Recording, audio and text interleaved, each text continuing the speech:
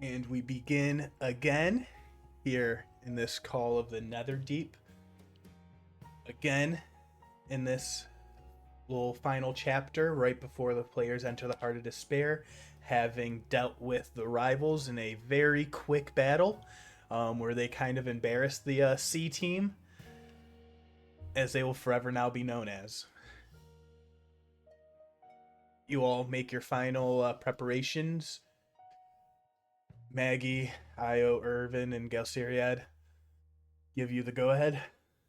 Go save him.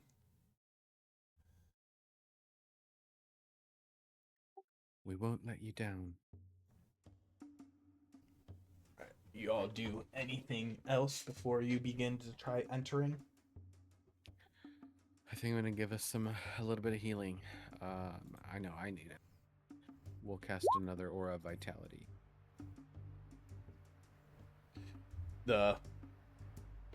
This is still like a heartbeat, expanding, stretching, shrinking again. You feel the rage building, the torment. Every second is anguish. We will not wait any longer. The voice echoes throughout the caverns. Just let me know how many of those I get off. As many as you wish. Say if it's like a full minute is the thing. There's 10 of them there. If I can't do all 10, then I won't. It is up to you how long y'all do before you head in.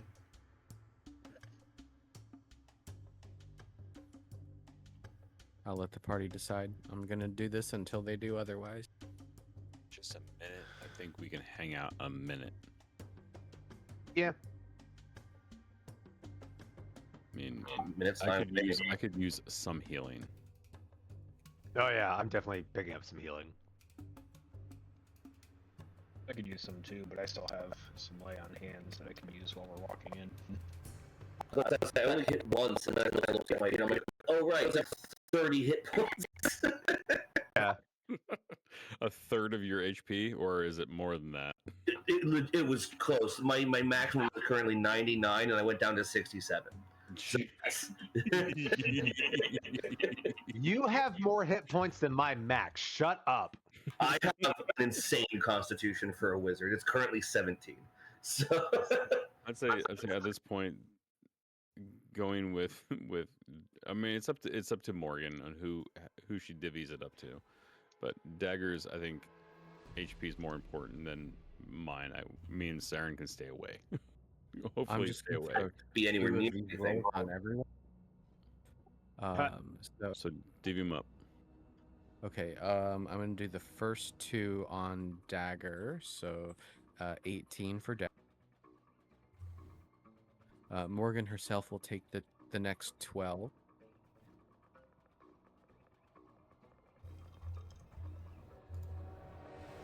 And then we have 10. I'll give 10 to Ludo. 16 to Saeryn. And then 18 to Aljin. Thank you. How much is Saeryn? 16. Yeah, 16. The 5 and the 11.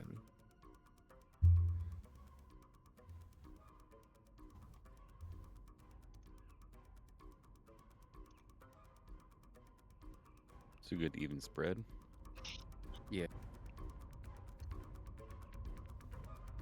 Just to kind of pat him up all a little bit high. All right, a minute passes. I'm gonna go. Pressure builds. You all make your way. These motes, these fragments all begin circling around you. Sorry, that's just me. I get to add 4 extra because we healed. And Yes. one of the boons I get So, to add more proficiency bonus to that. Saeryn, you see a light in the glow of ruidium. These small fragment motes of light swirling around these your party members, now coming out and like pulling them in like a thin line. It's stretching out towards that cyst. They all have one, and Aljin has 2. Okay, that's true.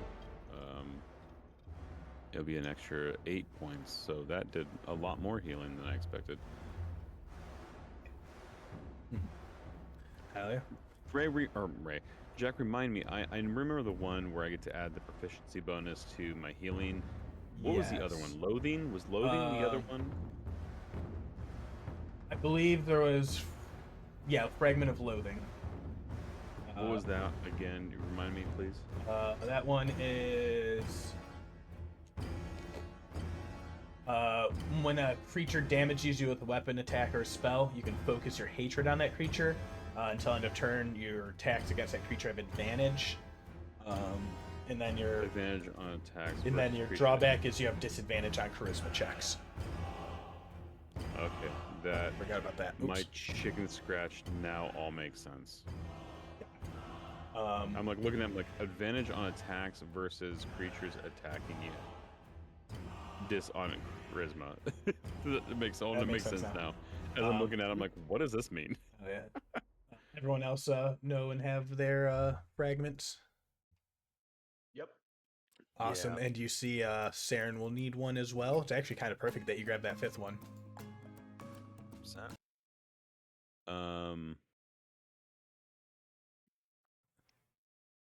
Yeah. I would. I'm gonna let him sort of make the choice. I'm gonna, because I can pull them from me. Yeah. And be like, hey Saeryn, I have an extra. I don't think I need 2. How about, this one? If someone hits you, you can focus your hatred on them and attack them harder. But there's some downfalls. And this one also has some downfalls, but has some healing issues. And he already got healed, so you can hit harder. I think this is the one for you. And he hands him loathing. So you have. I'll be honest with you. If I'm hitting something, we fucked up somewhere. Well, I think it's the attack. It's not just attack rolls, or it's attack rolls. So it's any attacking, I assume. Advantage on attack rolls, yeah. So any melee or spell, spell attack rolls would count. Gotcha. So my firebolt would count. Yes. Yeah. Yep. Mm-hmm. Does it require attunement? Nope. So it's the magical moat extra benefit that's around you. With the drawback, you have disadvantage on charisma checks. Whoa. Hold on a second here. That's not getting crazy. The other one is bad too. I'm just gonna tell you right now. We already been healed, so the good part of it is gone. The bad part sucks. On the other one, I kept that you get to add your proficiency bonus to healing, but you get disadvantage on all your death saves. That's the one I'm keeping. I just read something that makes that one not that bad. But at the same time, I don't have a use for it. Yeah. And again, if I'm throwing cantrips at stuff, I'm not really doing my job. Well, maybe we can trade. Trades can happen, I guess. Yeah, so mine is you can't be frightened within 10 feet of an ally. If you're already frightened and move within 10 feet of an ally, the frightened condition ends on you. That's the benefit. The drawback is you have disadvantage on wisdom and charisma saving throws if you're not within 10 feet of an ally. Yeah, stay close. Yeah. Which is problematic for me. But Dagger being hit isn't an issue, because if he gets hit, then advantage on that person is great for him. I would love to have advantage on people. Trade my suffering as trophies. Oh, God. Shh, be quiet real quick. Calm down, edgelord. Hey, I'll report a pack of Ice Blast. Oh, let's see what we got here. Oh, damn, it's shiny loathing. Shiny so loathing. You guys are technically in what is called the Vents of Fury. Whenever creatures criticize Apothian in the Vents of Fury, he yells out, "You will not speak of me this way." I think he's already done that. The second time characters speak out against the Apotheon in the event of fury, the waters around the characters turn boiling hot, dealing 24 Like 24 what? fire damage. All right, So I'm going to say this is going to be spread amongst you all. Because you didn't expect to roll that. Yeah.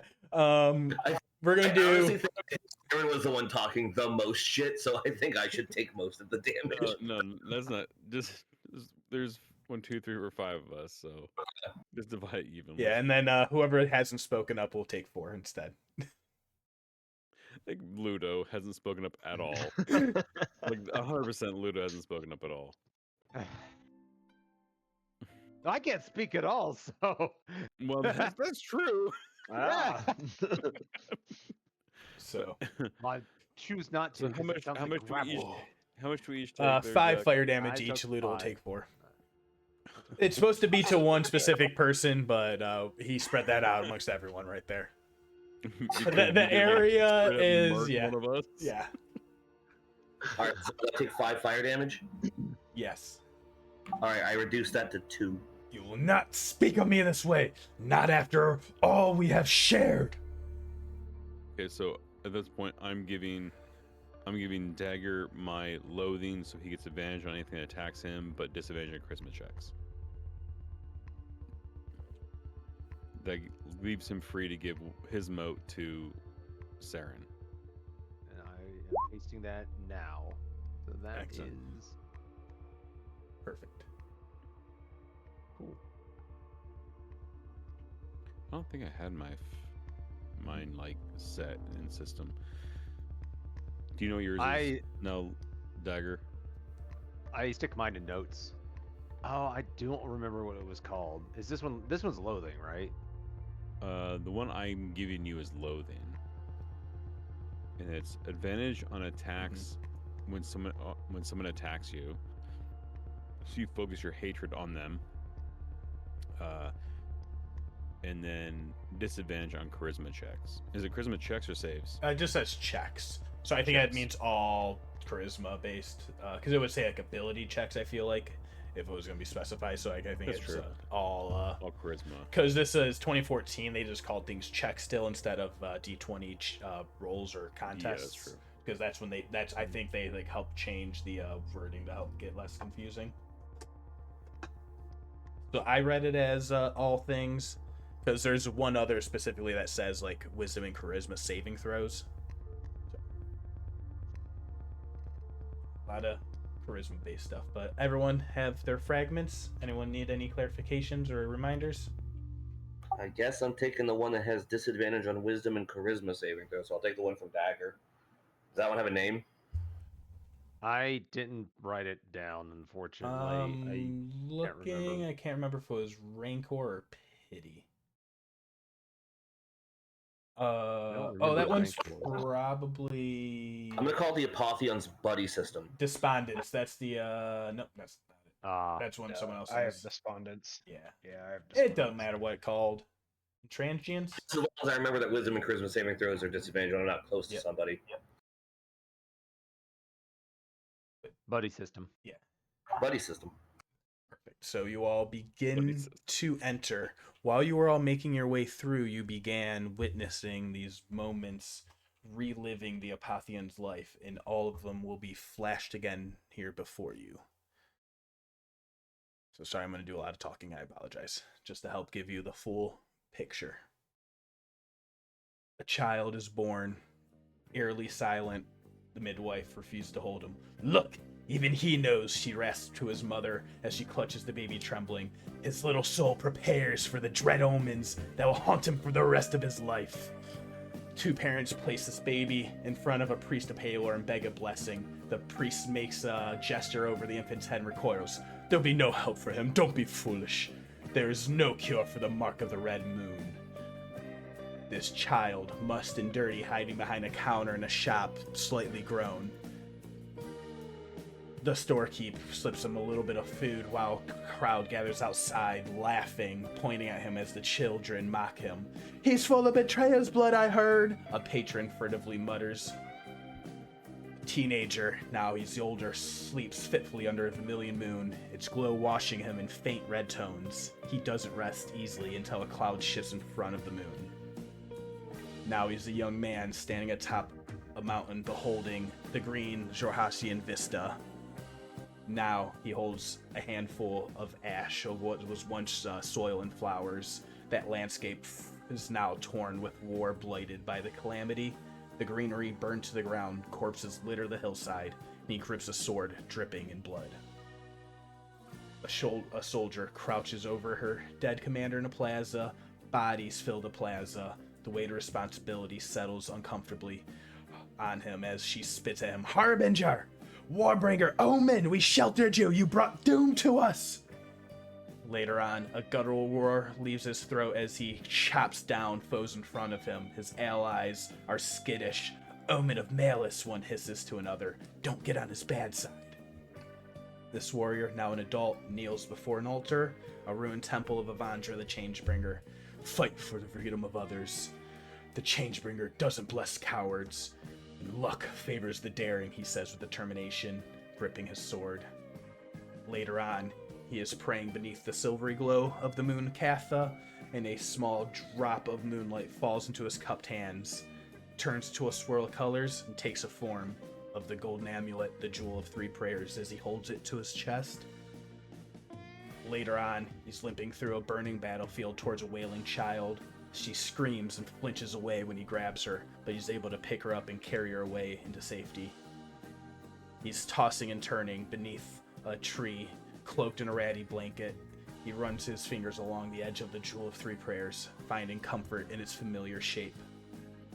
A thunderstorm hits and he bellows to the clouds. Why, Avandra? This is not the change I seek. Tell me why I walk these steps.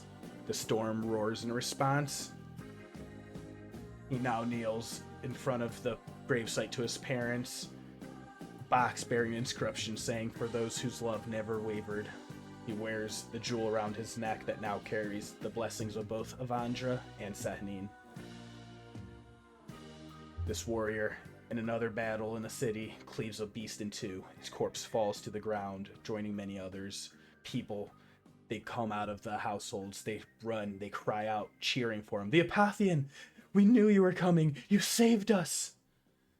He's kneeling before an elf king who's offering him titles. And he says, I don't want titles, I don't want riches. I want the power to change fate. The power to end this suffering. Later on, the light is warm and dim in a tavern. He listens to a bard's song. Don't kiss underneath the red moon, nor promise yourself to sweet eyes. They'll leave you for another one's home too soon, or string you up in heart and lies. He drinks, he pays for his drink and leaves out.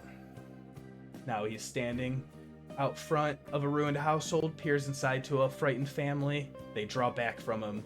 Go to the city, he rests, is a bastion of hope. There's nothing but death left here. The night air is so thick with the metallic smell of blood that all the warrior can sense is the massacre before he sees it. He crests a hill and stares out over a city in the southern Marquette, trembling with a mixture of anticipation and dread as the light of the moon Rudis bathes the bodies in red. Standing in front of an altar, the tolls of the calamity have taken him. There's been scars and exhaustion etched into his face, all the results of endless clashes between his faith and his fear, fighting against the enemies. He clasps the jewel in his hands. Three divine mantles. Let us be free of this duty, he says, as he receives the third blessing from Krellon, the Archheart. Now he's standing in the city plaza, the center, standing in front of this temple as Grumsh, the one-eyed ruiner, forms over the city. The betrayer god pulls the spear back to strike down at him. I am cloaked in moonlight, whispers Elixian. My heart is steeled by deep magic. Armed with the power to change fate as the silvery light of Saeryn, the green light of Relon and Avandra embrace him, and the armed spear comes down with all of the might of a dark god. and all you see now is darkness. And you are all nothing but darkness, floating in a space. Following? Yep. So what we're gonna do, I'm gonna ask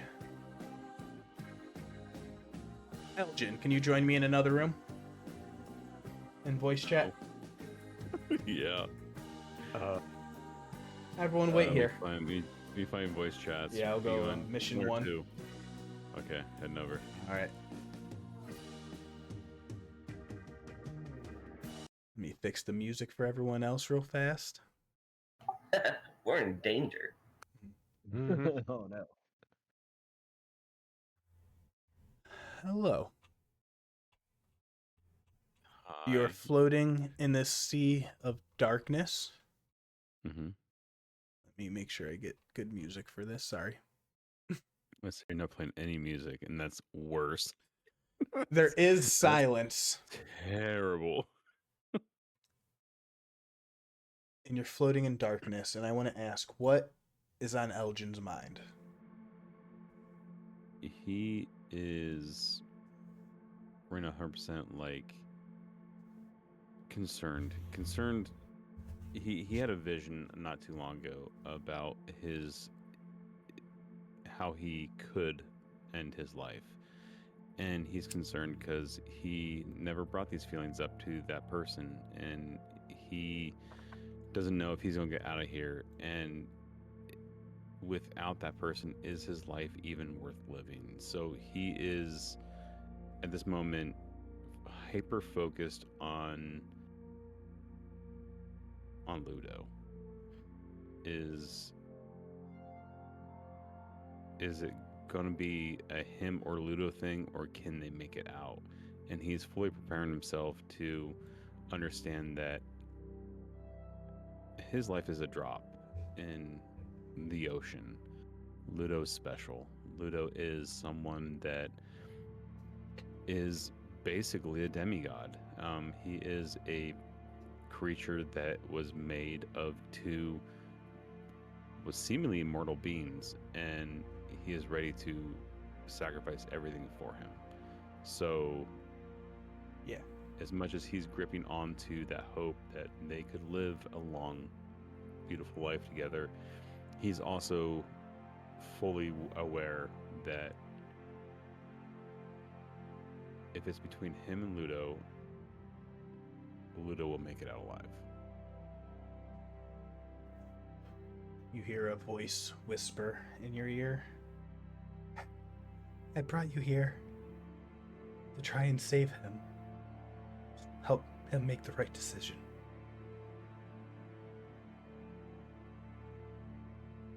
Me and my siblings, we made mistakes long ago. And you all are still feeling the effects now. Your light shined down on me a long time and showed me the path. I thank you, and the sacrifices you make, I understand. And I'm willing to make the same. My life is nothing. He needs to live. He needs to get out of here, and he needs to help his ancestor. So I thank you for bringing me here. I'm sorry that I've been quiet. I have walked away from you. I've always known you do what you can, Lixian. Do what you can for Ludo. Help him make the right choice. I will. And you go back to floating in the darkness, and we will rejoin the other group. Nothing happened. It adds a Welcome back. extra element. Uh-huh. Welcome back from what? We are back. Gonna have Dagger join me next. Here we go. Bye.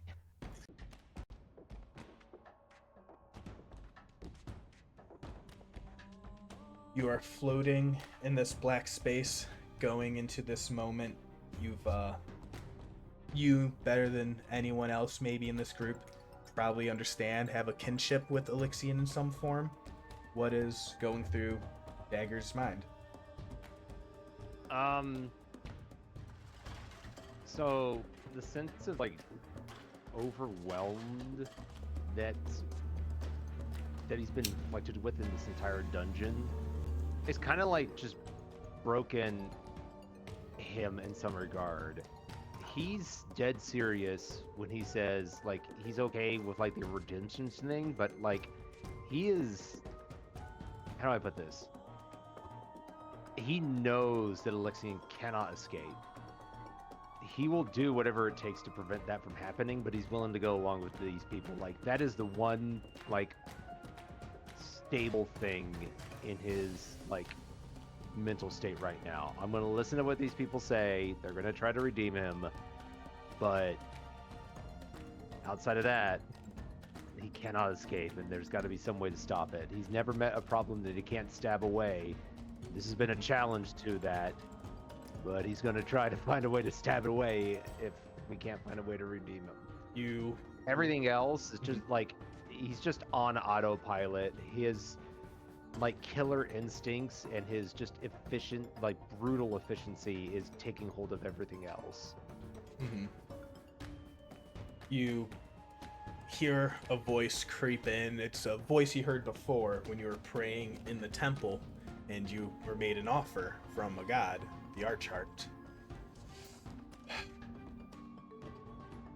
We had always hoped that he could be redeemed. But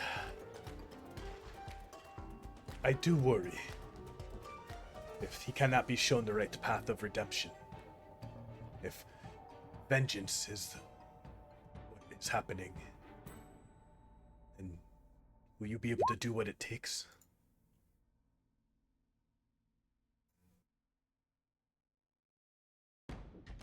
Dagger doesn't respond for like a moment. He's taken out of it. That like interrupted his loop in some way. He now recognizes who is actually speaking to him, right? This is Corellion. This is one of the gods that like aided Elixion. For a man that didn't really have a whole lot to do with gods, dealing with all of this crazy nonsense when, again, Dagger is completely out of his league whenever it comes to this stuff. He has just like lucked his way through some of this, and well, not necessarily lucked, but just been like his skills have managed to get him this far in these extraordinary circumstances.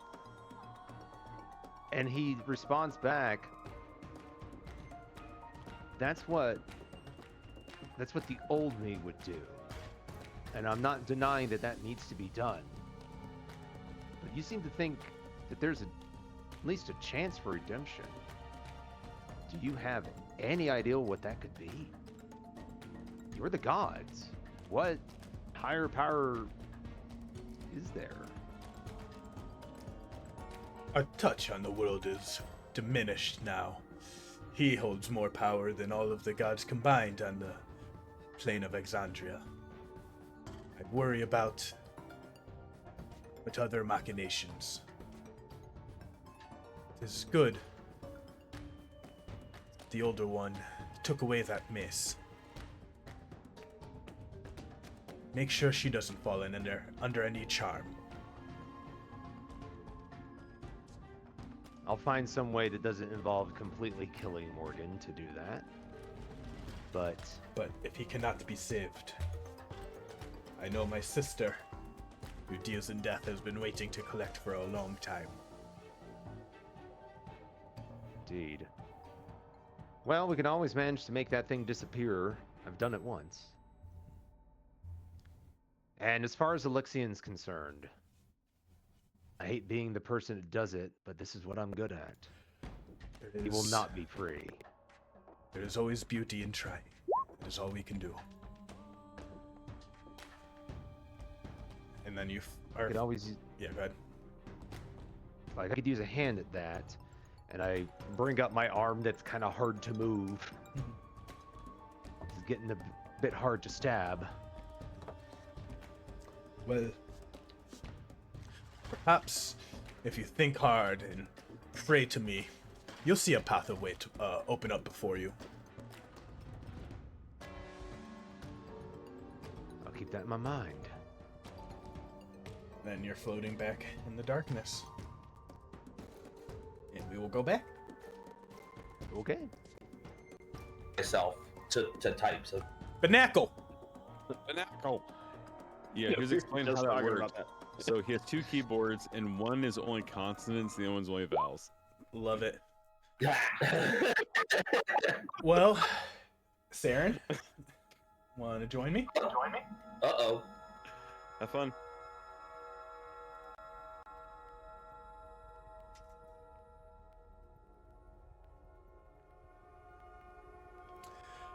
You are floating in this black void, in this space, entering into this heart. Mostly just checking in. What is going through Saren's mind at the moment?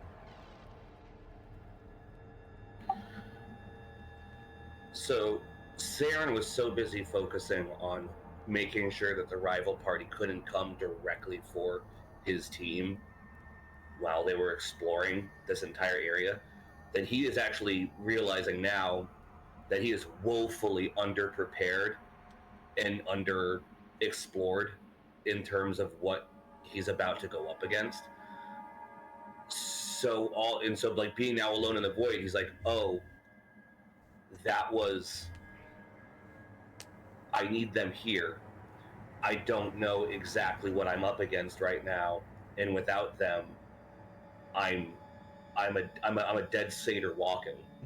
Not to mention, I now have a little token that means if they're further than 10 feet away from me, I'm mechanically in trouble. But yeah, so he's just like floating, like slowly, like floating down. He's not aware of how fast he's moving, other than whatever wind he's feeling, or still underwater. Then however much the water's pressing him up. You're just feeling all of these senses and sensations racing, and the thoughts racing through your mind, and then you just hear a quick little whisper, a voice enter your mind. Losing to you in that bet long ago was probably the best gamble I ever made. You might be the luckiest single being in all of Exandria.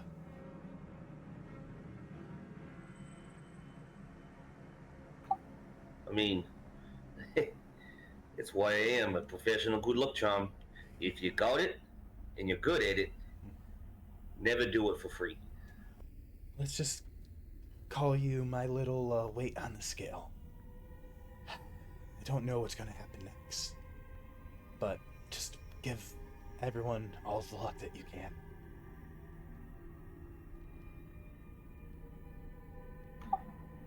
We're going to be playing Strings of Fate like it's a harpsichord. Is that a thing in Exandria? Can be. Might be. It's a harp. We're playing the Strings of Fate like it's a harp. I should have just gone for that one. But yeah, we're gonna be tugging on them, and we're gonna make a nice new song. Just whatever path is chosen in the end. Just help get everyone out if you can.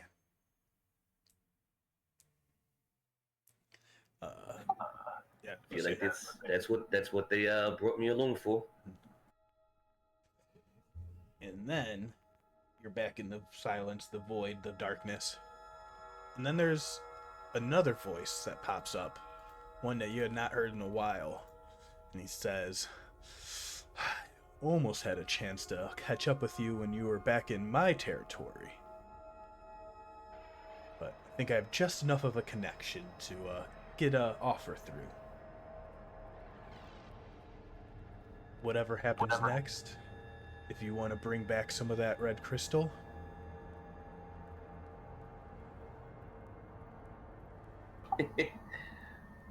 Don't you know I already got some on me? just keep it in a good space Anywhere off of this plane would be better. Wait, clarify. You want me to bring some back to the material plane, some back to the Fey realms, or you want me to leave it here? We might need to smuggle it in an extra-dimensional space in the meantime. You hear that bag of scolding? You get to be useful again. Yowza, I'm resting here. What you talking about gabbing at me for? Yeah, all right. I forgot how much I liked you, other than the bag of folding, which has one thing in it, I think. Yep, and it is silent. Yeah, thank God. Yeah, I was like, trying like, wait, what was the voice I had for that? there's no way for the folding. Awesome. I mean, wait, so just so that I'm, Matt, understand. Yeah. Is the art chart telling me to bring Iridium to the Fey realm, or is he telling? You don't think this is the art chart? Oh, okay. This is a This is what he flash of green cloak, red hair. Oh, okay. Matt knows who that is. Yeah. Yeah, well, see what I can do. I'll have it as like a secondary objective. See if I can break off a piece of this red crystal. Because I know I have something like the ruidium dagger, and I have some red ore and stuff like that. But he probably wants more fresh, straight from the source, as they say. And all right, let's see what I can do. If I can get there back to you. Good luck.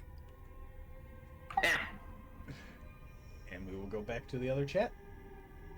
Whee! How's everyone doing? Dead. Yeah. So, do you want to make a contract about that in my blood or your? Oh shoot, we're in the wrong. Wrong chat. Wrong chat. What do you mean? Can Morgen join me next? Instant. Insta join. You're floating in the black, in the darkness. And I want to know what's on Morgan's mind. What are her intentions going into this? She's got some mixed emotions, like things that have been very slowly resolving. This whole thing with Dermot, I feel like it's fresh on her mind.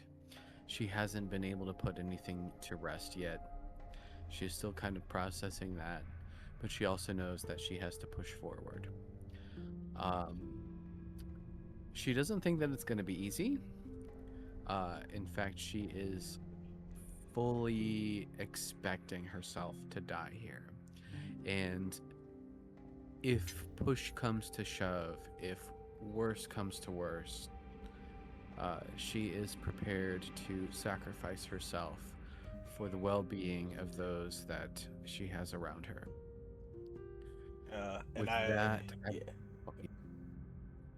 With that at the forefront of her mind, that's the singular driving force that she has now going forward.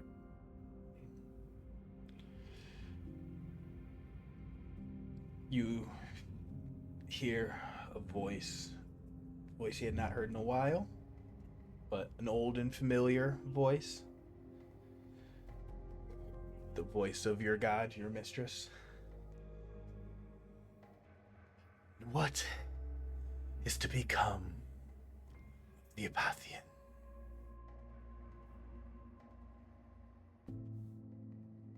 I believe he is to be redeemed. Inadvertently, he has caused much havoc in this world, and he must set that right. The scales of balance tipped one way, and he must weigh down the other. He has suffered that he will. So long. He was stolen from my embrace once by my siblings. He should have come home then. He deserves to come home now. Perhaps the world would have been better off if he did originally. But before he comes home, I think he needs to atone.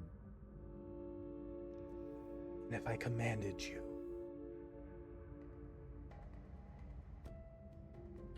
if that is your will, then so it shall be done. Won't demand yet, just ease his suffering. He deserves to rest. He deserves to be free of the pain. I trust my servant.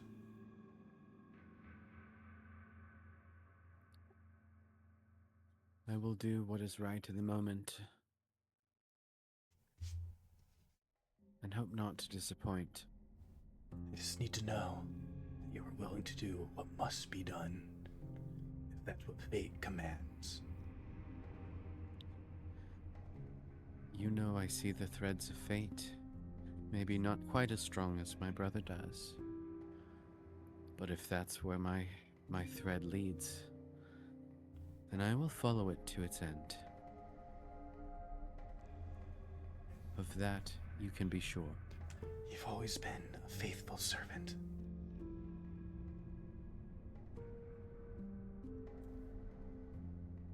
And with that, back in the darkness, floating. Ooh, sorry. You're good. Had to get that off my spine. Ugh. Hell yeah. These gods and these motherfucking gods. Alright, we will go ahead back. Alright, so it's good. Basically, like, yeah, we're more like a drinking group that plays D&D with a D&D problem. Like, and that like kept things produced. And then everyone slowly started getting more and more sober because everyone got older. Yeah, it happens. What will happen? I will need Ludo now. We'll see you in 30 minutes, bud. Honestly, probably. Probably. All right, I'm gonna take my second break and go to the bathroom. Yeah, I hope y'all Yeah. doing. I hope this has been okay for everyone. I'm so sorry. Oh, no, Awesome. I'm guessing Dagger went while I was getting my soda water, so. Yeah, I think so. You Perfect. took 3 minutes. All right, be another.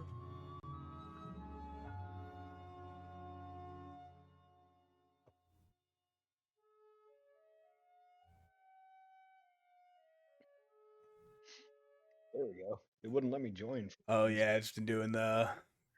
Yeah, are you sure? Yeah, it was like swirly, and then it popped up. Are you sure? So, floating in this blackness, this dark void, all the sensations around you, just wanting to get a stock of where Ludo is at, what he's feeling, what his intentions are.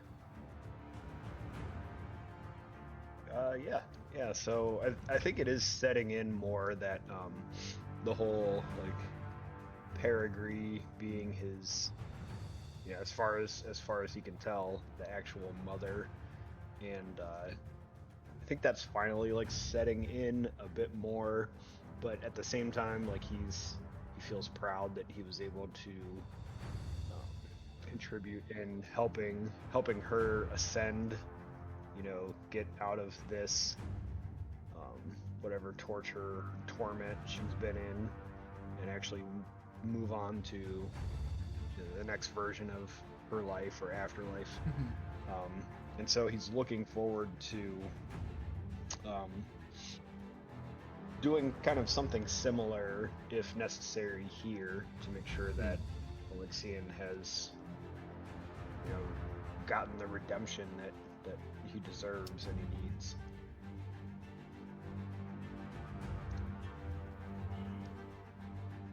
So he's just hopeful that his path of redemption will be meaningful enough to help Elixian achieve his own redemption. As you're floating in this darkness, as we all just relived all those memories, those moments in the Apathian's life leading up into his imprisonment, you now see a newer, fresher memory of Apathian trapped in this prison, this place of his suffering that has been created. And you see the millennia passing by. You see him being awoken, enraged as the Iridium is gathered, and you see him in the torment and the suffering. And then there's a shadowy figure, an impish form that appears by his side, whispers honeyed words. We can make the suffering stop. we can put an end to it. Give you the lock and the key. All you need to do is make a deal and give in. We can free you. Please, just let it end. And you see a fiendish claw dig into his skin and get a drop of blood. And with this, we can now find your ancestor. Thank you. Snap to another memory. The demonic forces, the devils that were raising your hometown as the village burns.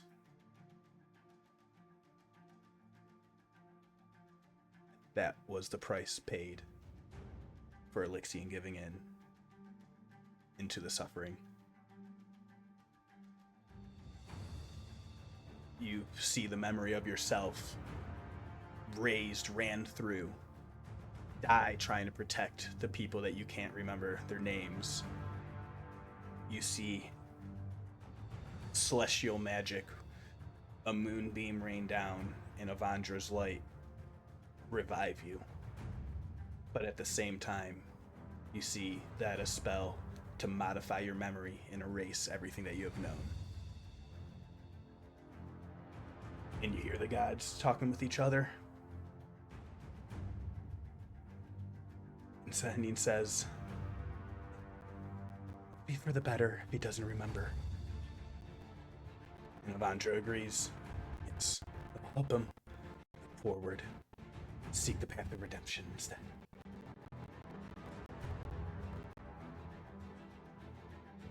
And now you hear Avandra's voice in your mind, and she says, "I'm so sorry."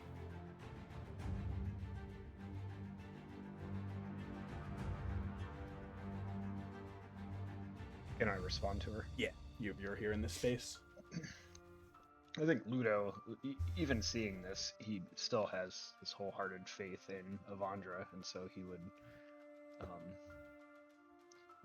almost be a little bit struck by her apologizing to him, but at the same time, there's no need to apologize. I understand, and I fully trust your judgment. You are the change bringer, and you are. I am your loyal subject to the end. Just all I ask is, where does your vengeance lie? The answer scares me.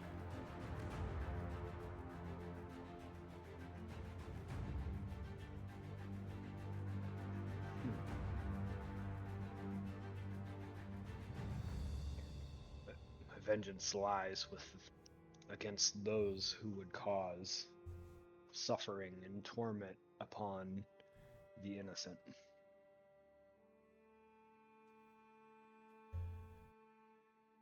Does that mean your vengeance is for Elixian?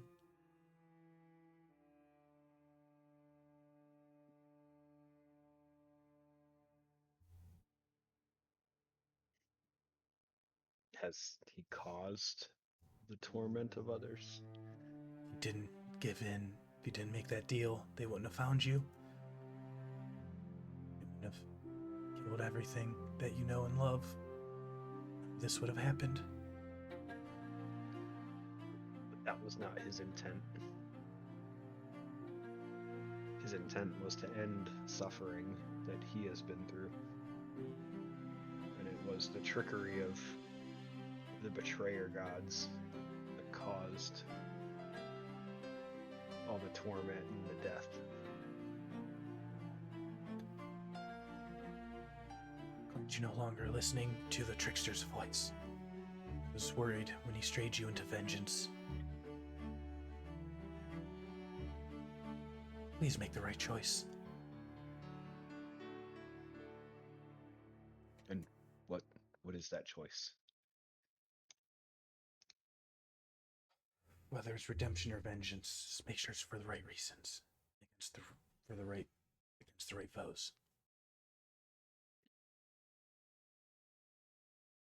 with your guidance, I'm sure I will make the right decision. Do whatever you can. See if you can be saved. We never meant for this to happen. Avandra, may I ask, is Elixian my father? Not your father. Long line of ancestors. It's what you've forgotten. I'm sorry.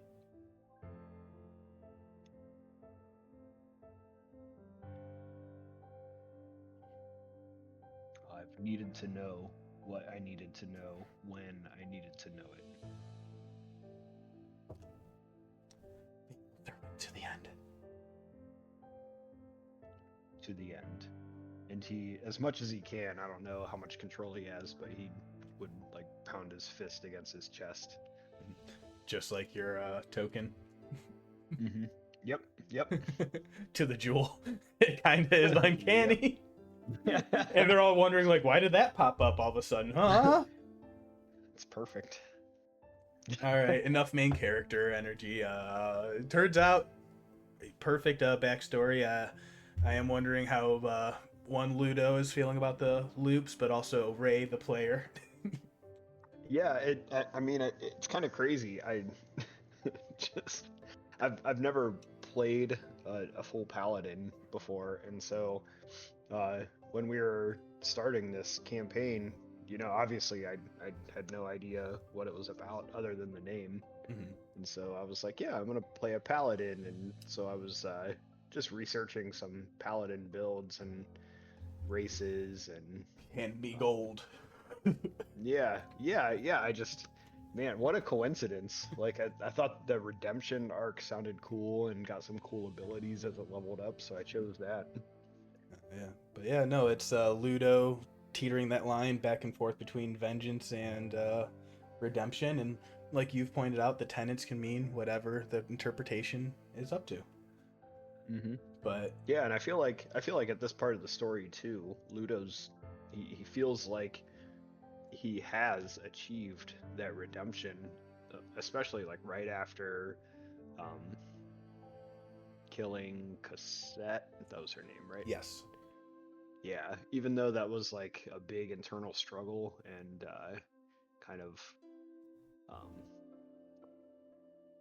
you know, it caused a little bit of strife among the party.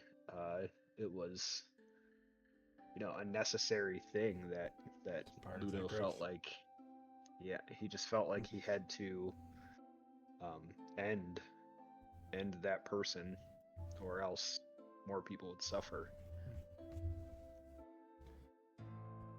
No, I love it. I think with that, we'll join the party. All right. Thank you. K stuff, which is Binacle. wild. Binacle. So, Under 12 minutes. Binacle. you know, sometimes shit happens. So, sorry for that. Appreciate the patience, y'all. No, it's cool. We're having a good time over here just We're talking cool. about random stuff. You all Mostly alcohol. enter into the heart of despair.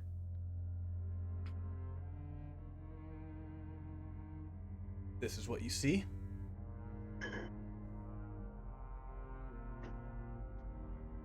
Are you all able to see everything?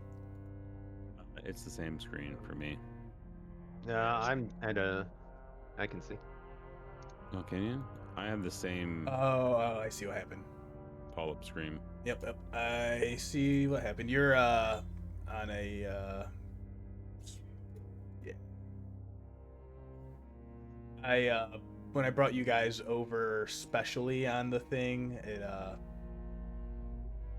messed everything up. 1 second. I How'd you now guys see- feel about that zoom in on Ludo's token? Yeah, I was like, uh-oh. This is who just died. Okay. Is this better now? If it's Yeah. a water world zoom with 3 islands and a Yes. statue in the center, then yes. So that is what you see. We made it. You pass through clammy darkness and tumble onto the glassy surface of a lake, which feels solid under your feet, as if it's like any other regular floor. Rising out of the water are 3 rocky aisles, upon which rest crumbling structures that look like ancient prayer sites. Waterfalls tumble from the clear sky, giving off mist that blankets the area in shimmering silver. Directly in front of you, a life-size statue of Elixion armed with a spear and shield stands on a white stone pedestal that rises inches above the water surface. The statue's expression is serene, much like the water. To give you a better picture of this statue, Super cool. so basically, it feels like you're all under the effects of a water walk spell. That's going to last until you all decide to end it if you wish. The area is a cylindrical space that's over 200 foot high, 200 feet in diameter, and the water seems to go down fairly deep.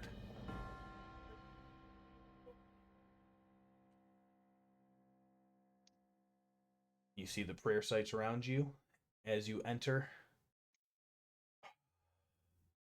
A long sigh. For so long,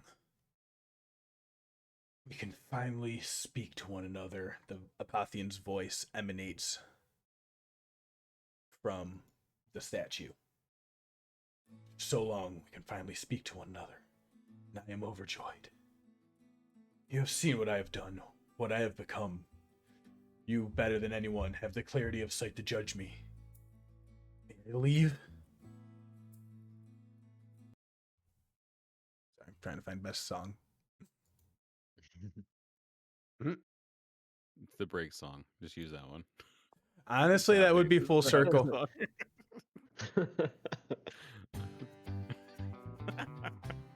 You all made this happen, and by y'all I mean Aaron.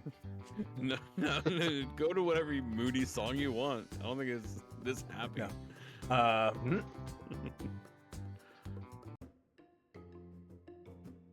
Yeah, that's That one. about right. Yeah, okay. So he says, "You, better than everyone, have seen what I have become. You, better than anyone, have the clarity of sight to judge me. May I leave?"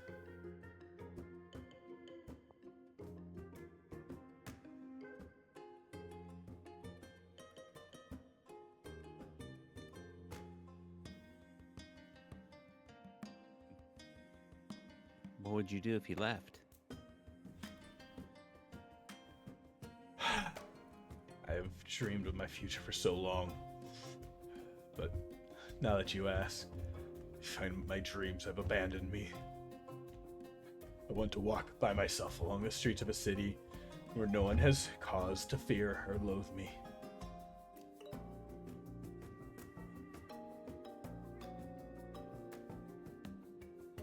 I just wish to be Ludo's free. gonna kneel. Ludo's gonna kneel and just address him. Elixion, you must understand that all of these happenings in your past, all of these memories that we've lived through and witnessed, these bad things that happened were not your fault. Your intentions were good. You see he is kind of like not looking at you. He's trying to like avoid your gaze at the moment. You who have reason to judge me more than most.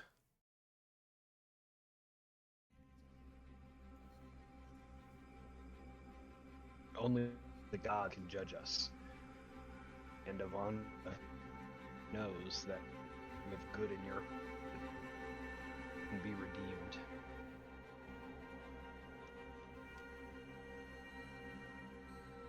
You have seen what I have done. You have seen me give in.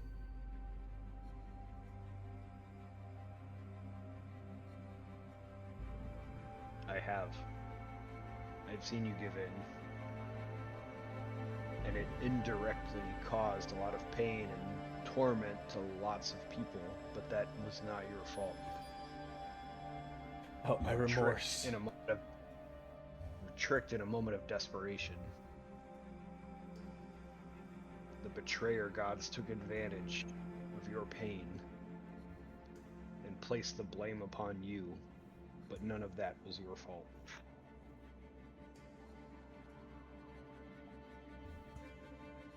You truly forgive me.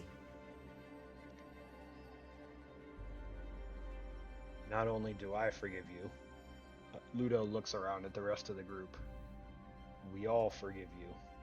And then looks up, as if looking towards the sky. And the gods forgive you too.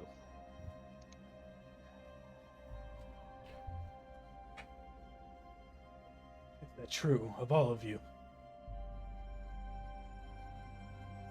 Morgen kind of like looks at him like stoically and nods her head in agreement silently.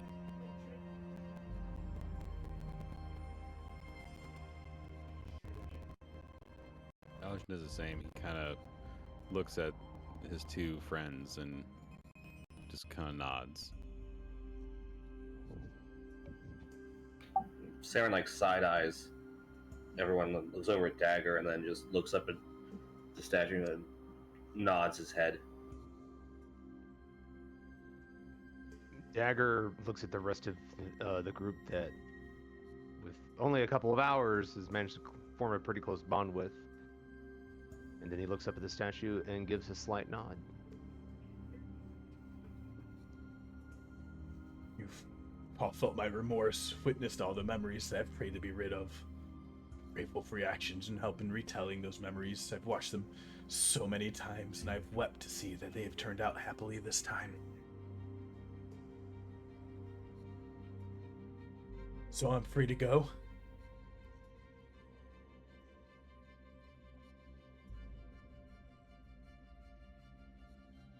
What do you think, Ludo?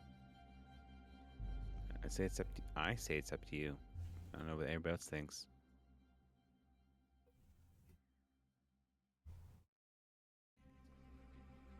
Ludo's kind of looking at the party.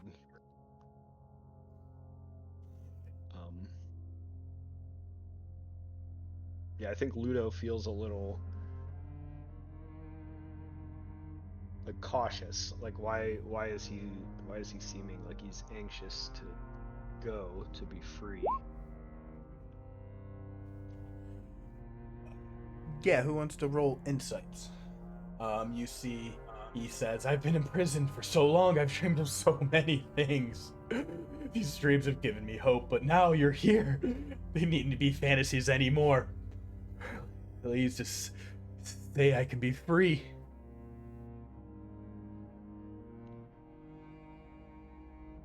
Morgan's insight is at disadvantage. Go ahead, Morgen. 11 for her. I wasn't gonna roll, but I think I will. Jesus. That's natural 19 for an 18. Oof. You sense doubt, hesitance, and I think what y'all have clocked is Ludo, Saeryn, and Aljin with those roles specifically will say perhaps an over eagerness, an impatience and restlessness.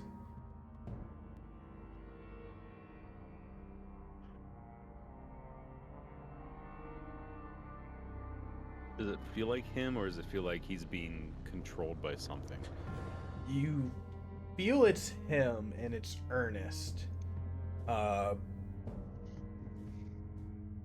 know, Dagger, you've been looking out for these types of things specifically. So I think you're just probably erring more on that side than anything else. I would assume with your low insight. And then Morgen, I would say maybe the conversation might still be distracting you a little bit, but He just seems impatient. Patient. The world above me, it sings, and yet you withhold your judgment. What is your decision? Am I free to go? Choose! I'm going to go ahead and use my 10th level feature, Third Eye, in order to activate Ethereal Sight out to 60 feet in front of me. Mm-hmm. So now Saeryn can see into the ethereal plane, and I'm hoping I can see some things that are down here with us that maybe aren't visible to our naked eyes. So put you back on the map to help you see.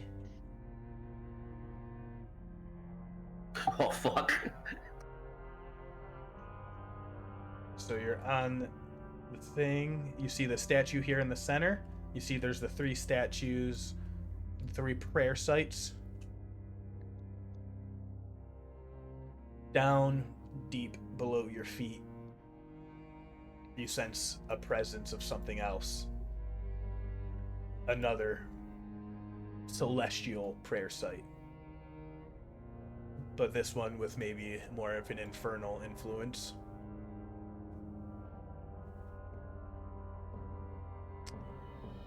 So since Saeryn's seen it, let me put it up and let me put it on map. There we go. Oh, it covers the statue. There's this thing there. It's down below, there, yeah, too. yeah. It's like 60 feet below the water. It's on the exact range of my ethereal sight then. Yeah. You just catch like that infernal runes of flickering, like if there's like celestial runes along these edges. But the thing is, it still triggers as a celestial magic to you as well, because Well, because they were all at one point divine, right? So, exactly. Spoilers, don't give it away. but I think we all know how the cataclysm went, you know.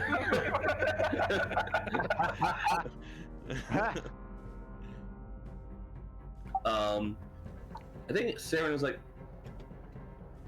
1 minute before we do judgment, and he points over at the altar with the yellow light. The altar over there. What god is that for? The yellow light. Yeah, to the left.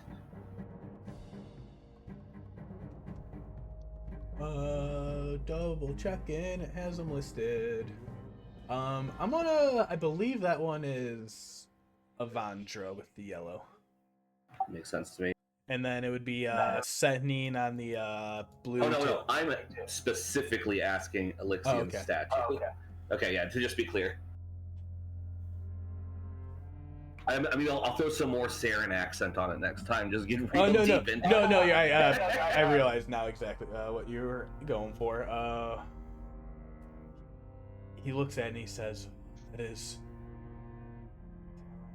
the luck bringer. Yeah, okay. And how about the one behind you?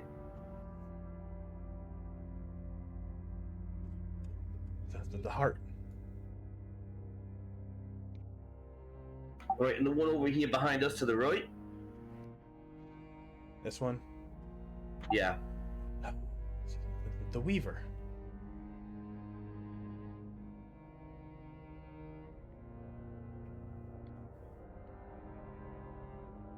All right, and Saeryn points down. What's that one? And he lets out a sigh. "It's my moment of weakness." And he looks and makes eye contact with Ludo. "That is the 4th prayer site I prayed to after I was imprisoned.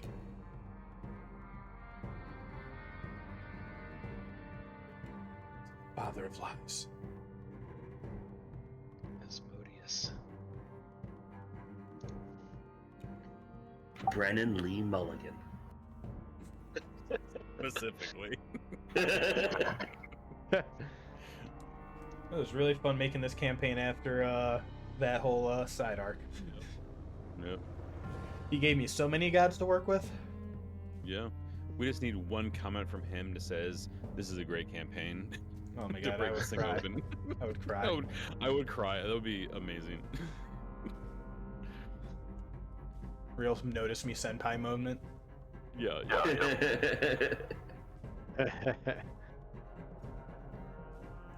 And you see tears like of ichor run down the face of the statue.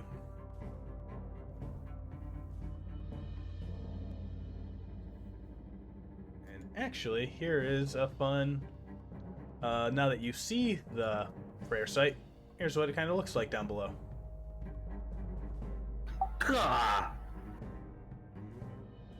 So it has like a rocky crag underneath the water. I just don't have that on the map, so it's just the prayer site is the token available. Until this point, was anybody else like, we should go down and like destroy that thing? And then this popped up. I'm like, no. Honestly, seeing that gave me a much better inclination to go and destroy it. I mean, I like that too. I like going down to destroy that. I think most of us have water breathing, like, So because of reasons. you're here, and you refuse to let me out. Alexian, you must denounce Asmodeus.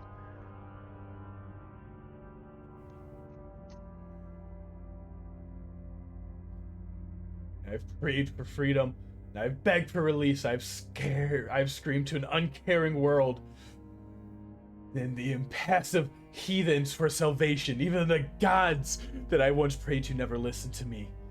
And yet, even now here, you before me, I am denied again. No more waiting. I will claim everything I've waited these long centuries for, and you will be the ones forgotten. And you see the corruption, the anger, the sorrow wash over him, and you are all correct in not letting him free. The statue of Alexian melts into a mass of pulsing black ichor. It fills your nose with a putrid scent, like a combination of iron and rotted meat. Thunder booms as crimson storm clouds blot out the sky. Bright red flares erupt from the ruined prayer sites, which are crawling with tendrils of iridium that glow with malevolent power. Silence hangs over the lake for a moment. Then the silence breaks. A milky white monster begins to emerge with dozens of arms, too many blinking eyes, and a thick hide festooned with blades that burst out of this inky ooze. It rears back and then crashes down onto the lake as it howls with vengeance. We're going to put this back to the spot it was. And then in the space of the statue where that is,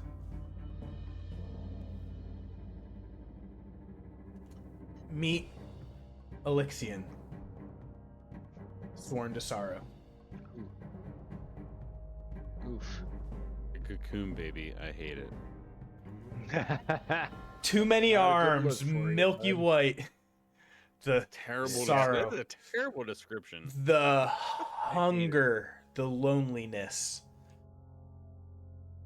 the anger, all of those emotions, the loneliness, all of those sorrows sworn that you've experienced and fought against. This is the culmination of that. Real fast, just because this was fun off of YouTube, this song is called Final Boss Battle. Oh shit. Love it. We're rolling initiative. Just loop that shit for the next 2 hours. Pretty much. Oh, is that a 20? Hey, Jack, why don't you try that again? Oh wait, did I misroll? Oh, you misrolled that. Try that again.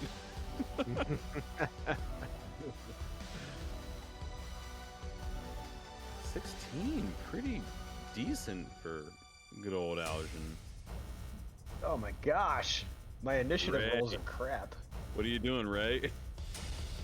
You're gonna roll above a 2, please. Uh-oh. Hey, luck He wizard. kind of looks like you got a chance there if you want. I think Luck Wizard is like Saeryn just sees Elixion, like he thought he was being clever with the whole ooh, look at the little extra portal down there. Then this thing shows up. I'm not excited. I'm horrified. This isn't normal. He's still looking down. As you look up, it's like the statue. As you look up, there's a cocoon baby. You're like, nope, fuck that. Yikes. So where do I stab this thing at? Yes. Yes. In the void. Yeah, honestly, yes is the correct answer. See where I have to be at. Come on now. In the place. Yeah. That looks like one of the god skins from Elden Ring. Yeah. Yeah, it does. Oh fuck. It Control looks Z. like those two together would make Yeah, this looks like creature. perfect. Yeah. There we go. Sorry about that. Oh, good. It's only one because there was like 4 at one point, and I was terrified. Yeah, it wasn't like showing up on my thing at first. All right, and let's do this. You put it on, so now you put that one on map layer, so now it's gonna have initiative order. Okay, so I have to keep it. Okay, Yeah, that or a token of some sort. got it. No, thank you. Yep. I thought if I put it on token and No, then it changes. Yeah. So I'm gonna have to do this. Thank you for a good eye. Yep.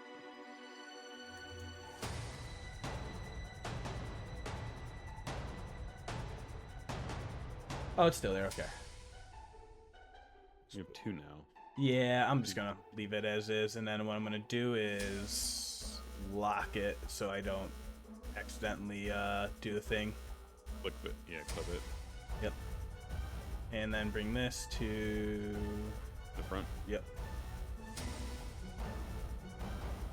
Oh, now it's hiding under it and I can't move it. Damn it. Okay.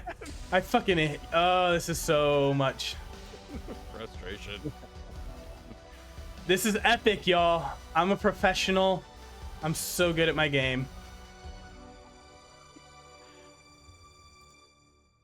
You just love technology and what people have made. I mean, it makes sense and it sucks. I hate that it makes sense. And it Okay. sucks. We're going to begin our combat. You see this monster erupt in front of you. Dagger, you're faster than this monster in its lair actions. You get first go.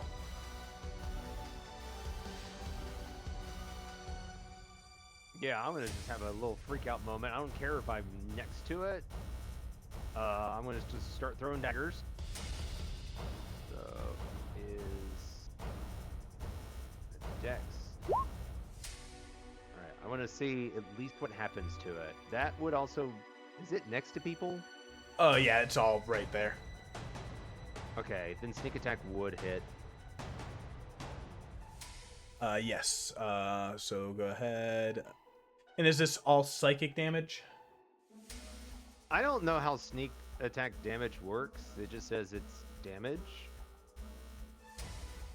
Yeah, I guess. As far as I know, it borrows the type of damage that you're doing anyway. Okay. I think it's like a base, so like a dagger would still do like piercing damage. Yes, correct. It does whatever the weapon damage is. Cool. So that's gonna be all psychic. So that'll be 27. You see the psychic damage not as useful against this form's hide, but still dealing damage. Okay, so it's at least hitting through. Mhm. Okay. So I will actually omit a thought about avoiding psychic damage if at all possible. Let's see.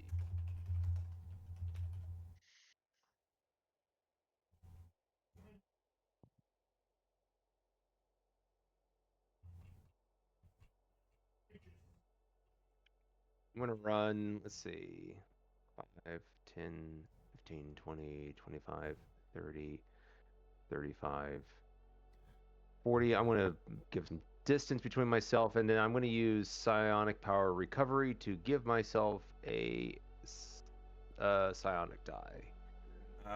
As you leave, did you do a leaving a opportunity thing. I wasn't sure if you did a Oh, am I in- disengage. Yeah, you would have been in melee of it. So, fun fact, I don't have to disengage anymore. If I attack somebody, I cannot get hit by opportunity attacks. Perfect then. Jeez, that's stupid. That's so stupid. It's the mobile feat. It's really dumb. Oh, nice. Yep. Oh yeah. Anything else? That's it. All right. That'll be the end of your turn. This creature will take a legendary action and will use Oh god. a harpoon arm attack. Or actually, no, it can only do a grasping hand attack. So it's going to do 1, 2, 3, 4 in front of it.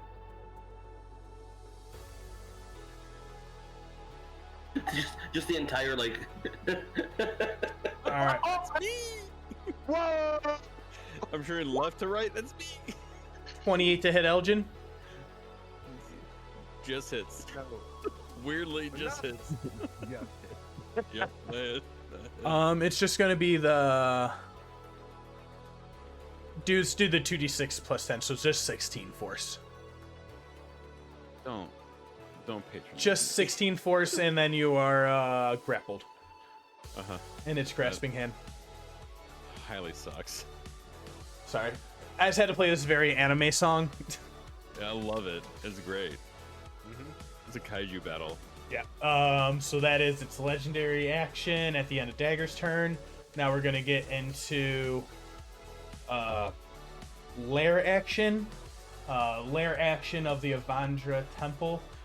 This temple to the left side for Avandra is going to light up in a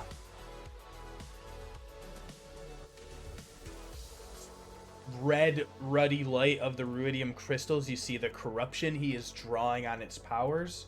And for the next turn, all players give everyone a charisma saving throw real fast.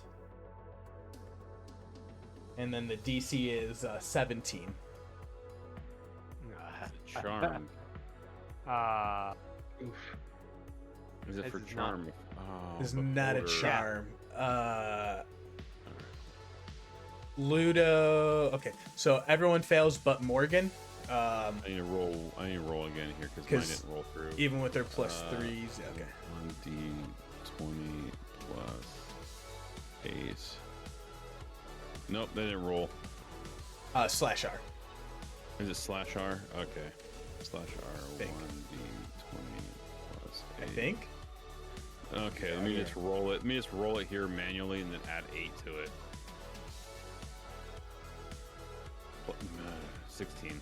Plus 3 from. Ludo's thing. Oh, plus 3 Wait. from Ludo. Oh, he's on the opposite side. Yeah, outside. Oh, I'm outside of it.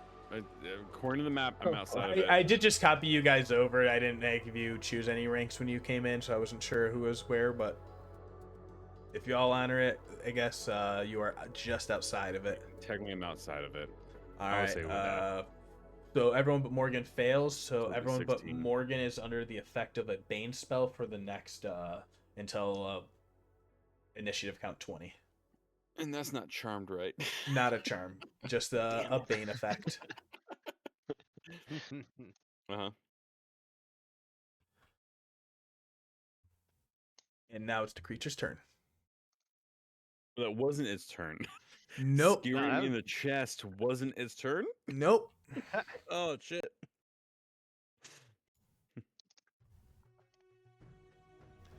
Now it's going to use its one ability to try and harpoon arm at Dagger. This is going to be at disadvantage, though. Yep. So, like, one of the very first creatures you first fought, it has this, like, a long arm. One of these tendrily appendages shoots out and keeps extending the full distance between itself and Dagger to try and hook him at the very end and, like, pierce his skin to pull him, reel him back in. You have seen that Sorrow Sworn before, but with an 11, it will miss. I am positive. Yes, it missed. And then it is going to target up to 2 creatures. So we're going to do Saeryn and Ludo make Constitution saving throws. As all these eyes open up along its body and gaze at you. The eyes of Ruidium that have haunted everyone this whole time. Well, it rolled 3 1s on 3d10. That's great. Nice. That's Gee, fantastic. That's fantastic. I've never seen that before. Is that like 1 in 1,000? 3d10? Yeah, that's low. Well, Saeryn, you take half of 3, so you take 1 necrotic damage. And Ludo, you'll take 3 necrotic damage, which I'm pretty sure you have. So you take 1 at this necrotic point. damage. If he saved, he would not take any. Yeah, that's true. That's true. Yeah, that's 1 in 1,000. Yeah, because No, it's that 10 is- times 10 times 10, Yeah, right? it's literally 1 in 1,000. Yeah, That's it crazy. is. We've had some fucking nutsy ass finale rolls. That is finale rolls. that is both of its actions. It cannot take its bonus action. That will end its turn. Aljin, you're up. I saw this, at least this glyph go off, and this was the one of the Saeryn's- Changebringer. the change. Is it? Yeah, Changebringer. Avante. Saeryn's god. It was the Changebringer, yeah. Yeah, and this one was, which one was this one? Up This one would be Corellon. And then this one down here would be Setnin. Sending. Which one's Crillon? Crillon is the Archart. Archart. Yeah. Do we have any Archart players? I'm sorry, I gotta ask questions. Aljin would know, but I don't think Aaron remembers. Saeryn is technically from the Fey realms, which is the realm that Of the Archart basically like created. Yeah, or the resided in. you deal with a lot with the Changebringer, though, right? Don't you? I mean, I've got one of her vestiges, so not to get too metagamey, but I'm probably gonna run over there. Well, I was teleporting someone somewhere. I was just trying to see if I could teleport 2 people to try to control these. I'll these say, areas. where's Elgin teleporting people? Snap decision in combat. Snap decision to combat. He knows he's going to teleport Saeryn, at least Saeryn, over here. I was hoping to do 2, but at this point I don't know enough, and I know I want to go somewhere, but I'm speared at this point. I am teleporting Saeryn with a level 4 vortex warp. He would recognize the feeling of a tide coming in on him, and he can make the choice to fail the saving throw. But I can move you. Well, so this is what Ludo feels like. 90 feet. And I'm thinking I'm up a little higher, so I can teleport him pretty close to the center of that area, and I will do that. I was hoping to do one more. I don't think I remember enough people's gods. I know I want to be down here to this one. Alright. I know I need to teleport Saeryn to that one. All right. And am I skewered at this point, or is it I can move freely? You're grappled. I'm grappled. Yep. Okay. I was just seeing if I could use a feature, but that feature is basically I can fly, but that doesn't mean I can teleport. I can't. Yeah. But I send Saeryn up there, and basically like coughing up blood. I'm like, control that. We need to control these portals. And you see him like spitting up blood, and that's his turn because I don't really have anything else to do with my bonus actions. Yeah, that's it. Elgin. And I will say, you do see this tormented, sorrowful form, but you've known that there's also always been a path for empathy, understanding, and reaching out. And you do feel like that is also a path. That was my action to do that. I would just have a bonus action, and I don't at this point. I don't have the mental capacity to like try to reach out. I'm just trying to set people where they need to go first. Perfect. Maybe later on I will do that, but right now my capacity right now is to set people hopefully where they need to go. And that's it. You can't understand. No one can understand the pain of spending years beyond counting in darkness. At the end of your turn, up north, the green prayer site of Corellon will flare up with that ruddy glow as he activates that prayer site for an ability. And he is going to...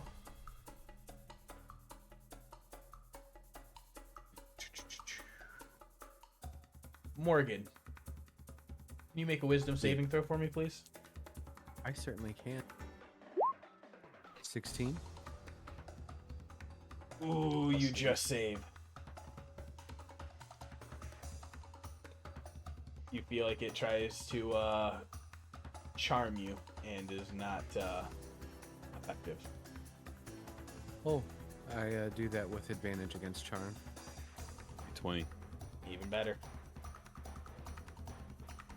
The next one, down far below, the red infernal prayer site begins to glow with its own light. The ruidium and infernal magic glowing red. I need Ludo to give me a Constitution saving throw. DC 18. Yes. You feel a bonding spell try and settle over you to try and connect you to the shrine and to Elixion in his sorrowful form. And with the magic of Exandria, you are able to resist it. You guys are rolling some fucking bombs. And just because of how bad y'all rolled in initiative, we got this prayer site down south, the one to Sathnine, will also light up.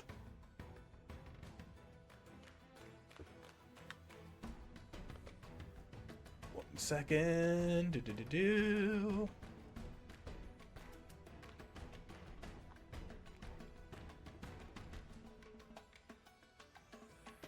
Fitting, shining down a ruddy glow, a moonbeam begins to appear,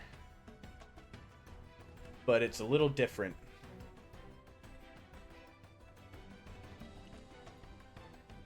That's basically Morgen and Ludo, since they're both not in squares, so to put this on map layer. Both of you are in this red glow of a moonbeam. It's going to be the same effects. At the beginning of your turn, you'll make the Constitution saving throw against the damage, but this one's actually going to be a Charisma saving throw.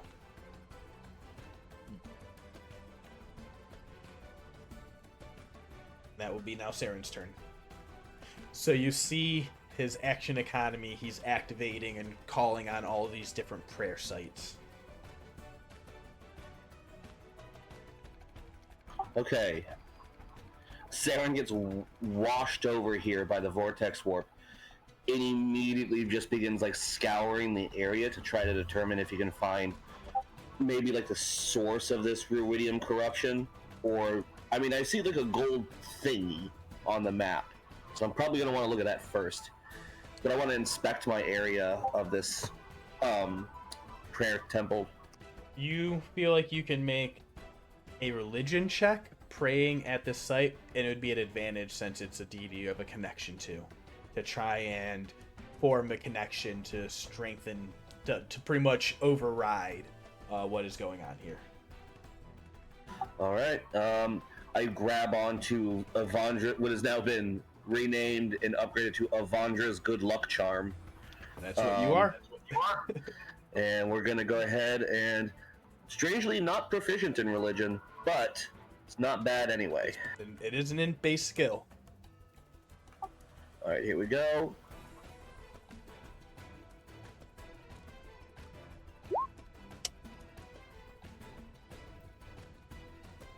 Why did it run a con save? Still +7, so numbers are good. No, I don't have a +7. I have a +4 to my rolls. Oh, okay. You still had advantage though, so it would have been an 18 plus 4. Yeah, so it'd still be 22. Vroom, the shrine begins to glow with a golden light, and you have now deactivated this prayer site. Or at least you have turned it towards yourself. For hitting Avandra's prayer site, everybody roll a d20.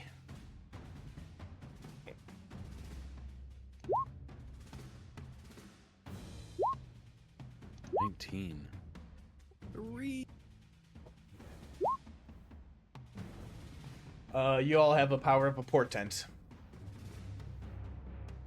Of that portent? Whatever number you rolled, you can use at any point. Shit, 19. Huh. Love that. So you have to tell me before the dice is rolled whenever this happens. You all get to determine your fates. You've all seen me use it enough. Give it a shot. I originally had everyone can re-roll the d20 after the result, but I think this is more fun. This is way more fun because a lot of those are good numbers. Yeah. There's one that's a great number 2 for something else. So that was your action, Saeryn? Yes, that was my action.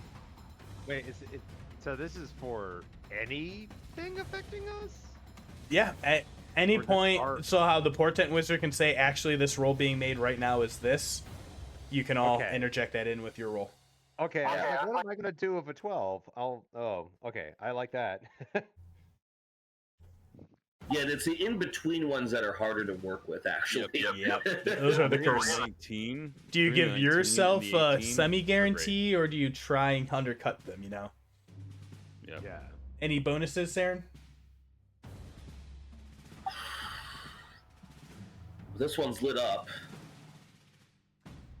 You feel like you have taken off those prayer sites as lair actions. All right, I have to go to the next one. Alright. Yeah. 1 second, we're being slow. Yeah, you still have your movement and bonus action.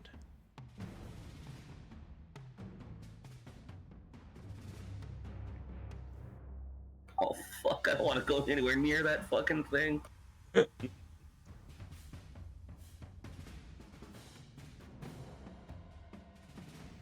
No, this I have been looking forward to this battle for a long time. This map is fucking awesome, okay? This is a great The- map. the- It's great. It's also huge. It is. Gigantic. If any group of adventurers has the movement to handle this, it is the fucking satyr that leapt over the wall, like Ludo just pointed out. I do have a base movement speed of 35. My bonus action will, unfortunately,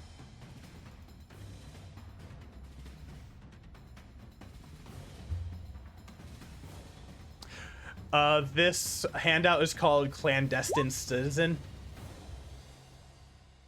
Or Clandestine Denizen. That's it. That's supposed to be Spring Hill Jack?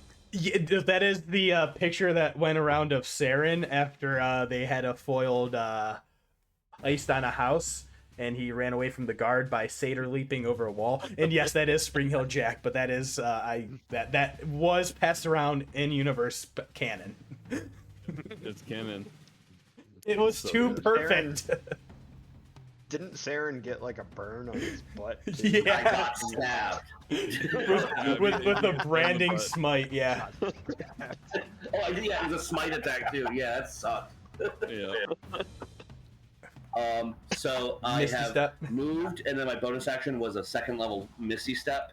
So, whoop. So I moved a little bit further. Perfect.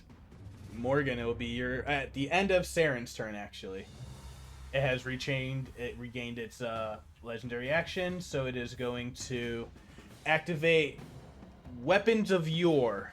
Ancient weapons embedded in Elixion's hide detach from him and to fly around in a 10-foot radius sphere centered on a point that he can see. So what we're going to do to signify those are... 1 second, let me get some tokens.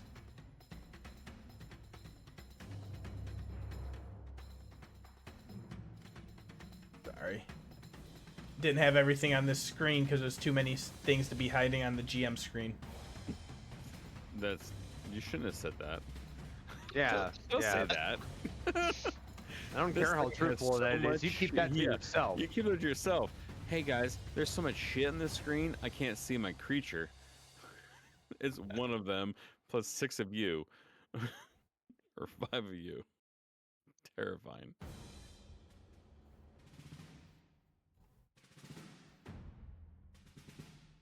So this is going to take up a 10-foot square.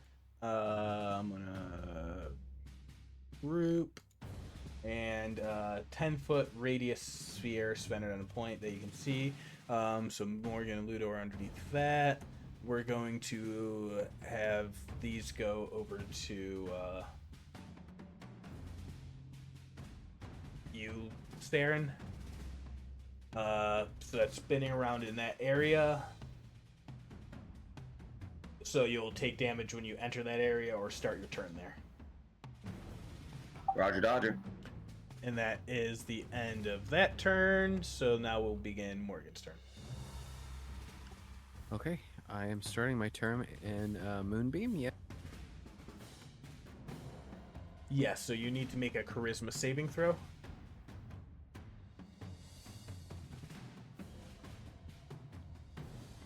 Oh, and that one. Alright, 2 2s, so only 4 radiant damage, but it is the ruddy glow of Ruidus, so you will also gain a level of Ruidium Corruption. So go ahead, add a feat onto your sheet that will be Ruidium Corruption level 1.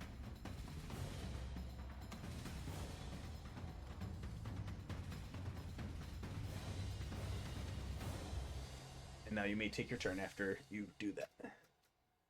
All right, give me 2 seconds. I gotta figure out how to do this without. Yeah, it'll be adding, like, manage feat. feats, bottom of everything. There should be a little plus sign, and then they'll add onto the sheet. Or up until then, you're taking -2 on any D20 roll. All right.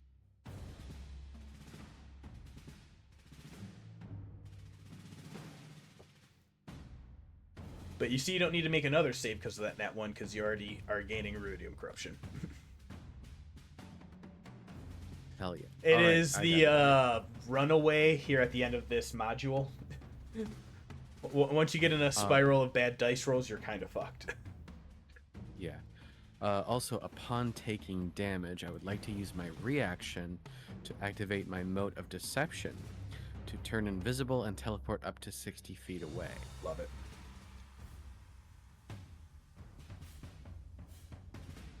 I believe this is a 60-foot mark. That is 60 feet. All right. We're going to take out my Verdant Tome of Necrosol and begin a prayer here to Corellon the Archarch. That is a vestige attuned to that deity, so you may make a religion check with advantage. Oh, yeah. Awesome. Wait, what's that? This is at a -2, though, correct? Morgan has had a book this whole time that she rarely pulls out. It's spooky witch shit. Fucking nailed it on that religion check. You activate the prayer site. Boom, it starts to glow.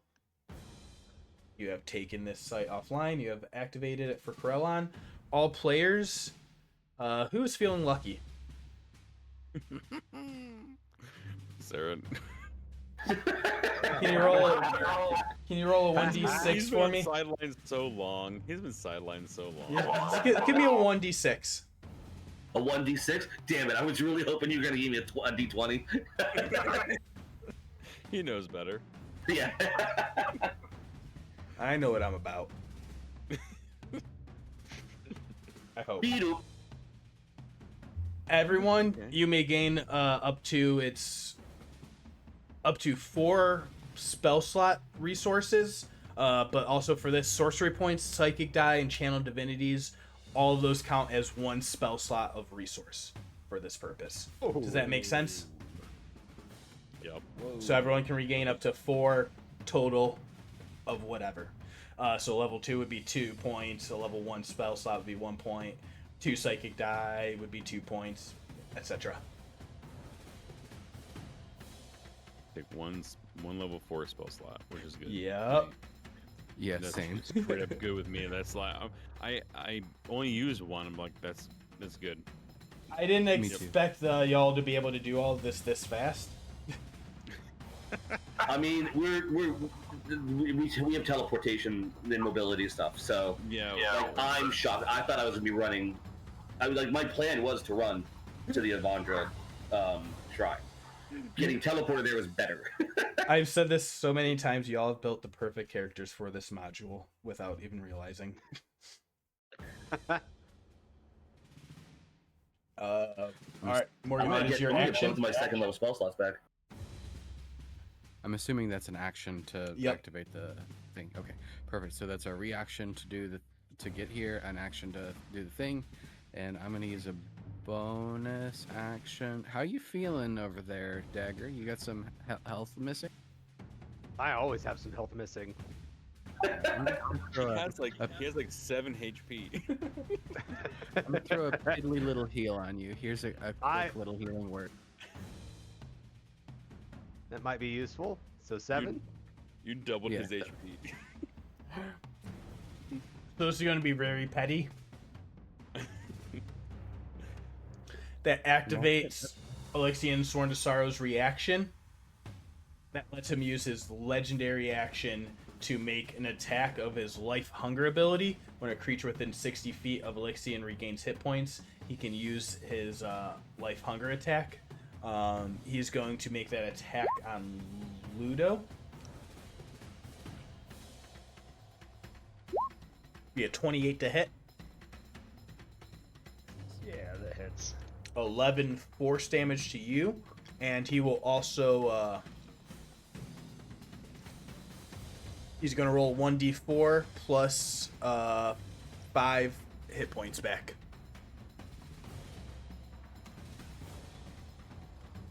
So he'll get 8 hit points back.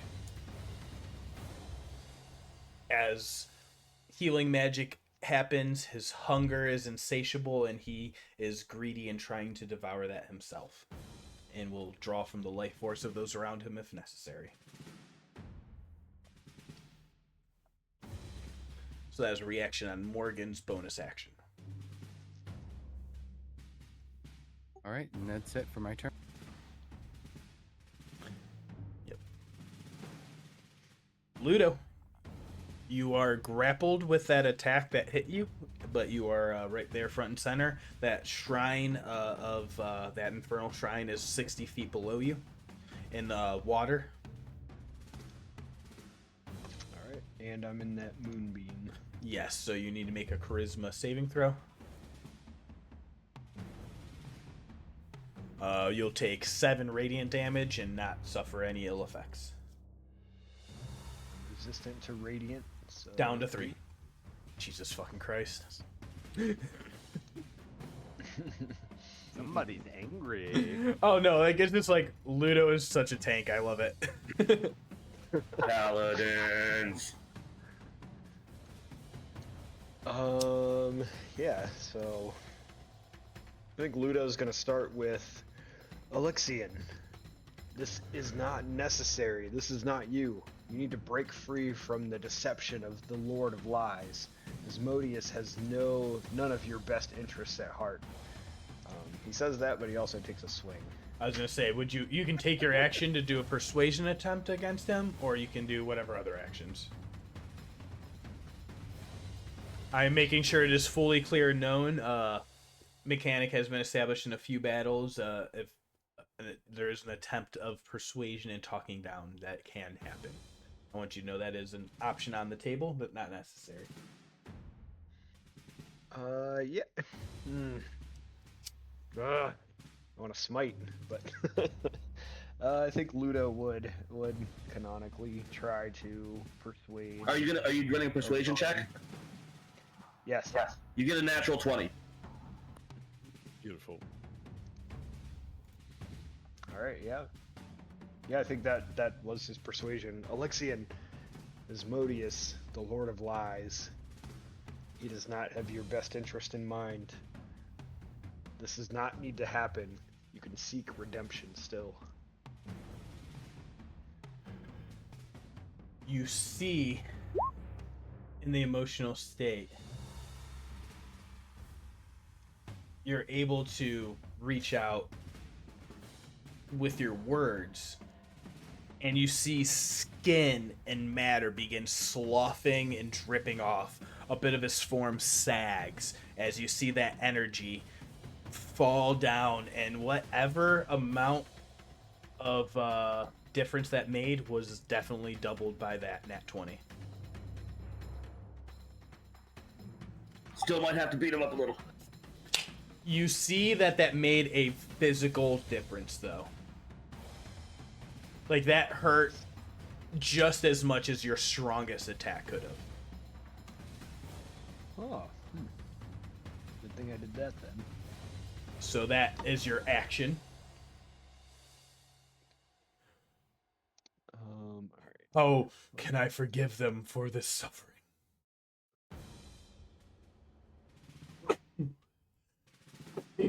You see, he starts sneezing off, and like bits of ichor start like flying off the. Did that work? Way to make it diegetic. Jeez. That was the improv brain going, oh no, you're on stage. Bless you, Alexian. So good. The immersion. So good. The immersion. Is it saying Zemni Alexian? Gesundheit. Auf Wiedersehen. I think as a bonus action, Ludo's just going to cast a Shield of Faith. Awesome. Any movement? You are in this moonbeam still. I'm grappled, right? Oh yeah, you're grappled. Never mind. Dagger, back to you. And then after this turn, we'll take a quick break. Okay, perfect. I was just gonna say I have to pee really bad. I should have said it, but I'm gonna let Dagger get in real fast. He'd been waiting. I guess. I went first, so let's see. 5, 10, 15, 20, 25, 30, 35, 40. I'm gonna use a bonus action to see if I can blink Dagger over to there. That's a 1d. Roll 1d10. Oh, only 10 feet. Never mind. So I can only go 10 feet. That's 10 feet.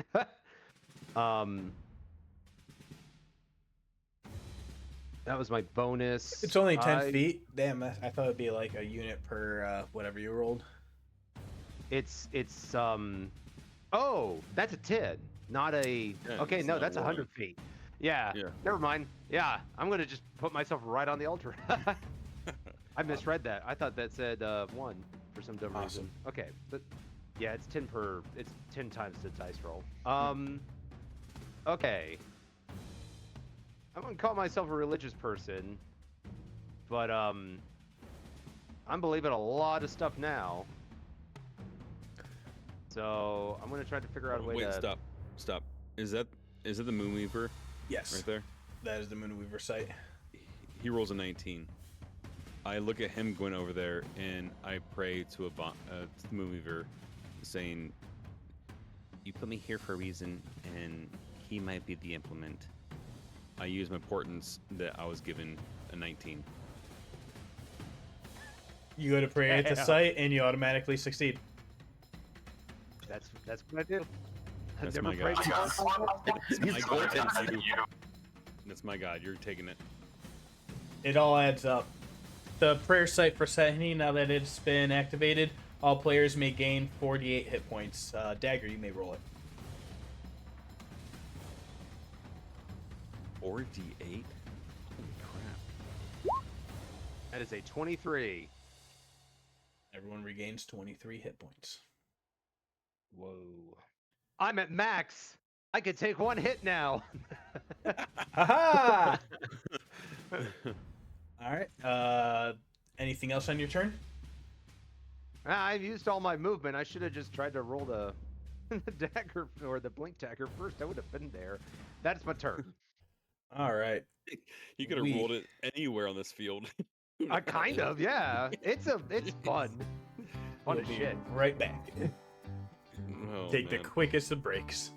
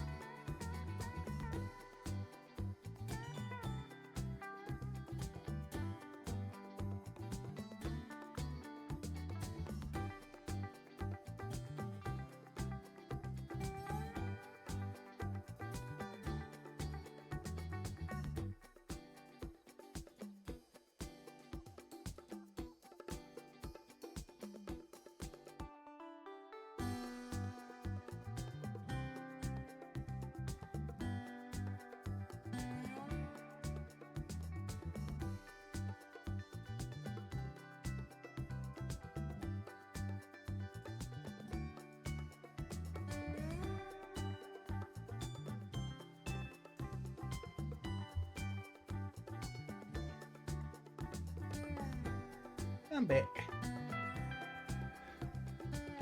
Me too. I'm actually gonna. I wanted to play the one song that I played back during the memories again. I actually really like this one. It's called "I'm Giving Up."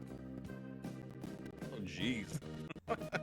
It's I thought it was very Epoxian, It's from- yeah, Elixian coded. It's from Modest Mouse. Yeah. It's called "I'm Giving Up." It's so there's a song that sounded like this on an outro of a Would say season of BoJack Horseman, Oh yeah. and it was like Say it's- one of the It's saddest very moments. It's very Modest Mouse right now, like in my brain. Like, if you'd have told me this was the same group, the Modest Mouse, I'd be like, "Yep, that's The it." fact that this is a song that's on like YouTube audio library for free is actually really crazy. Like, this is a really good song. Like, this is Well. good production. Yeah, it's a great song. Alright, I'm back. But yeah, just like this part. Yep, it's good. Like, this is Real the, good. the motto for her. This is what Alexia has been hearing for 1,000 years. Yeah, no wonder Such he's a fucking sad. emo kid for the last 1,000 I years. never realized how Yeah. melancholy and emo this. Like for the kids that graduate in the 2000s, it's like they heard Black Parade intro for like 1,000 years. This is just who they are now. Just who they are now. Yeah. But yeah. So yeah, that was like reliving through the Apothian memories. I'm like, oh, this is the soundtrack of his life. Yeah, that's great.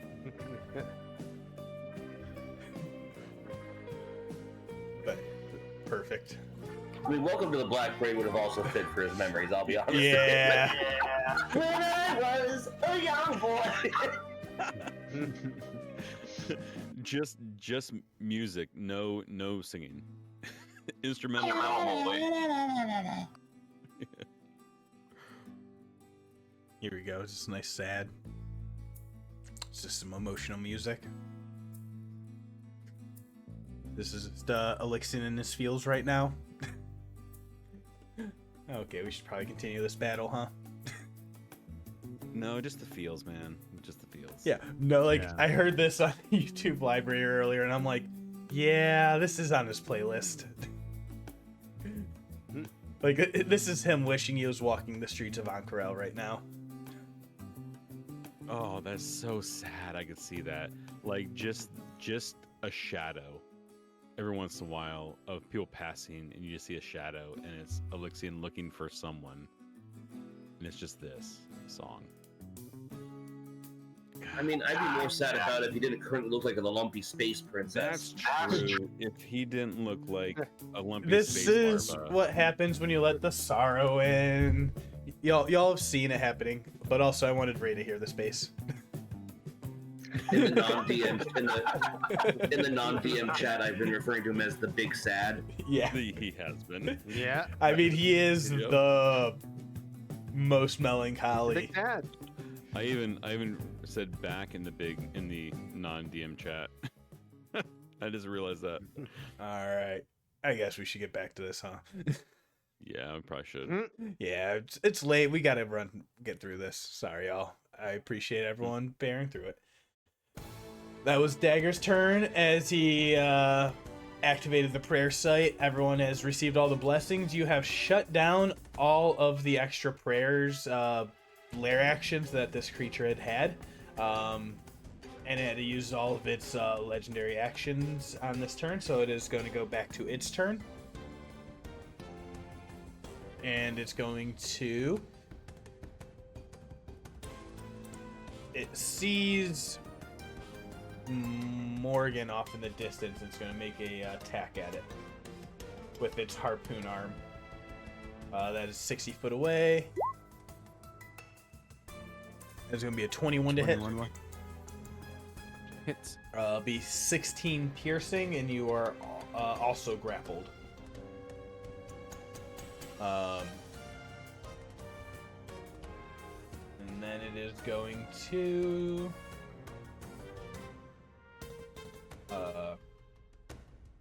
Actually, it sits and reaches out to you with its harpoon arm, and then it uses its ability to avoid opportunity attacks. It doesn't move along its arms track. It, like, the arm distends and pulls it up to Morgen, and the whole body moves with it as the arm shortens in length. Does that make sense and make it sound worse?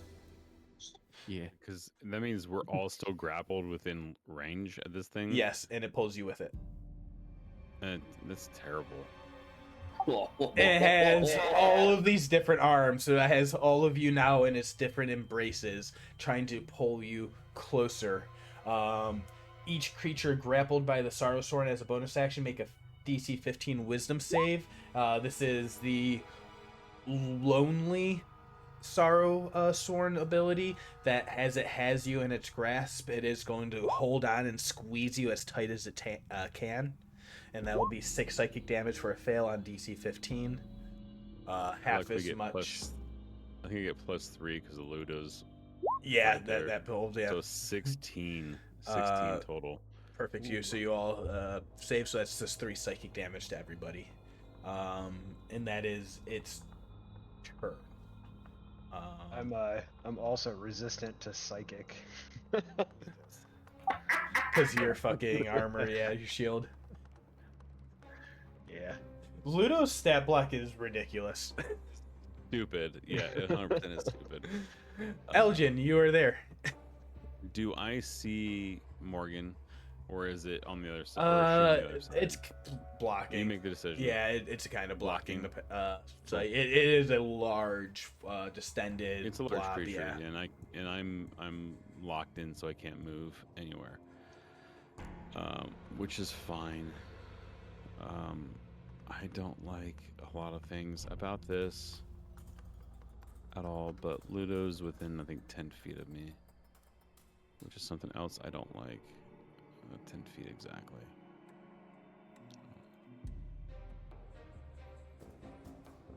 And I can't move because I'm locked. Okay. Okay, cool. Ludo, you're getting teleported. I don't like that you're locked in here at all, and I think you can help Morgan. You feel the tide rolling up on you. You've felt this a ton of times. Yep. So it's if you want to fail, you can fail, but you're going to teleport. I think from where I can see and where I know Morgan's at, you're going to teleport to here, just away from it, and before it like really does anything major, and that's where you're going to be. No longer grappled, and I can't do anything about my grapple, and that's fine. That's basically my turn. At the end of your turn, it is going to, with you in its grasp, take its legendary action and do a grasping hand. That'll be a 16 to hit. As it squeezes Ludo you, or Aljin. Oh, me? Yeah. Oh, 16 definitely hits. Yeah, so that'll be 14 force damage. As it just squeezes you tighter and is trying to do what it can. This site is offline. This site is still online. The one underneath the water. Yeah,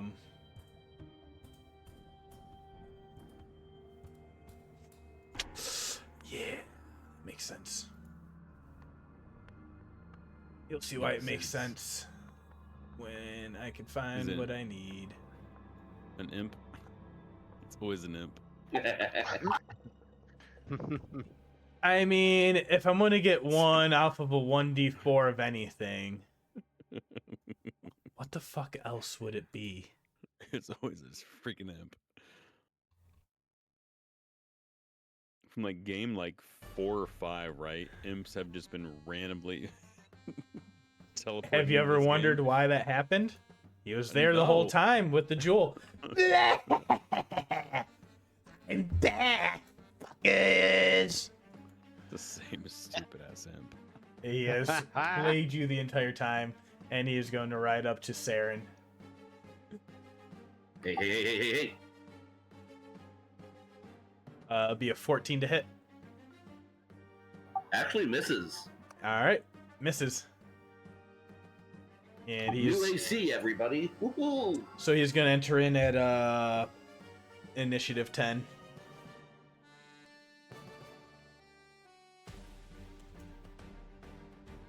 And here we go.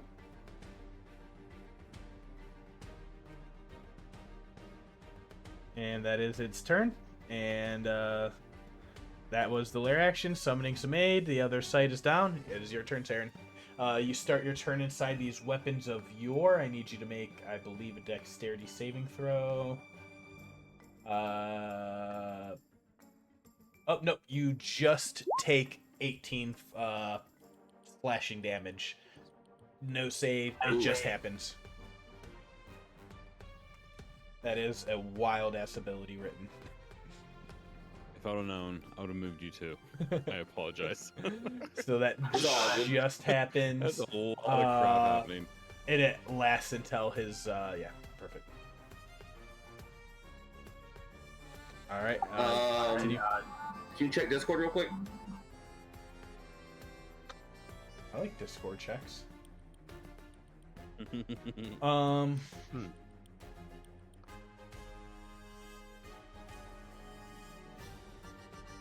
You can willingly end it on yourself. Okay.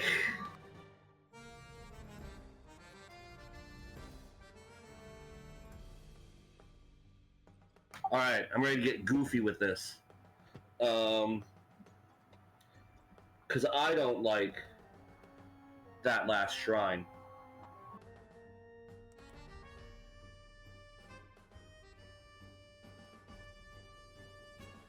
Saeryn is going to use a 4th level spell slot and dimension door himself down to the shrine of the Lord of Lies. Damn. Oh shit. So put yourself on the shrine and put yourself at 60 feet under.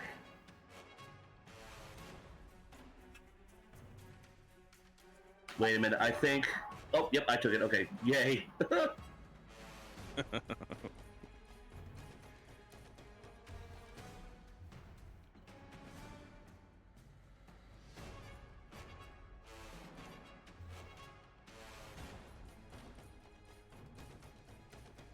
Whispers. I added a little 60 thing to it, so... Love you. Whispers fill your mind. Kill them all. Destroy them all. Snap them, bend them to your will. Make them yours. Just whispers trying to enter and pierce your mind, but nothing else with it.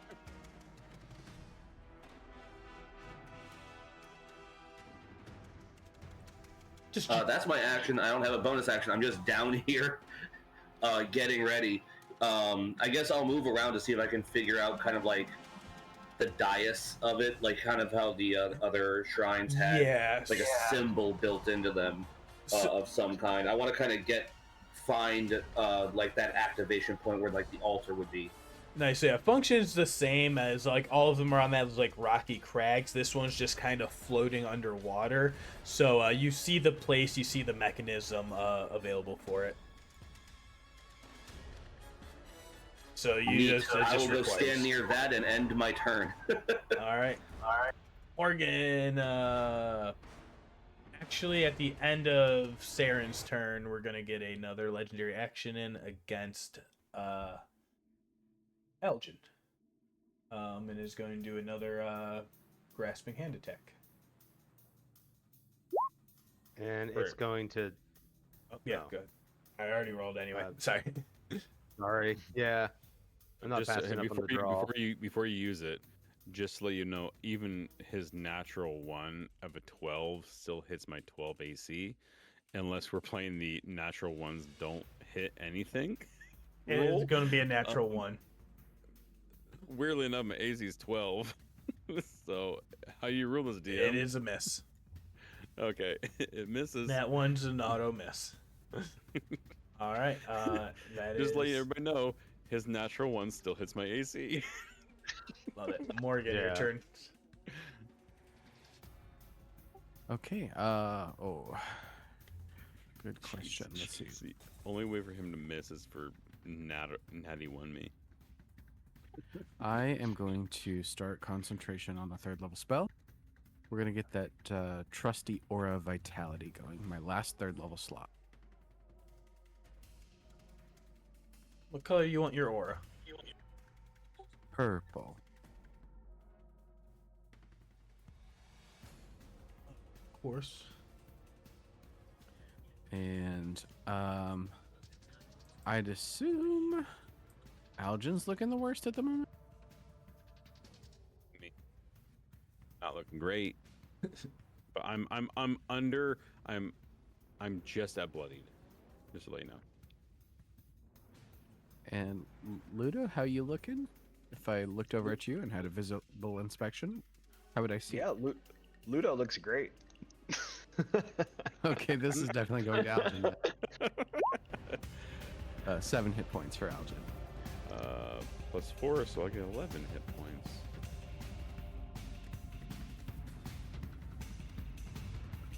Okay. Just above bloodied. Alright. Anything else from Morgen? Still grappled? Still grappled, so no movement, and I spent my action already, so I can't break it. Alright, it's going to use its final legendary action against you for a grasping hand to squeeze you for another 13. 30 hits. I'll take 13.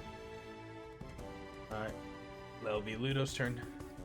Wait, I have a couple things. I need a concentration check. I have advantage because I have Warcaster. So Constitution save. I pass that. And my reaction, I will again activate that Mote of Deception. So we will teleport up to 60 feet and turn invisible. Perfect. Ludo. All right.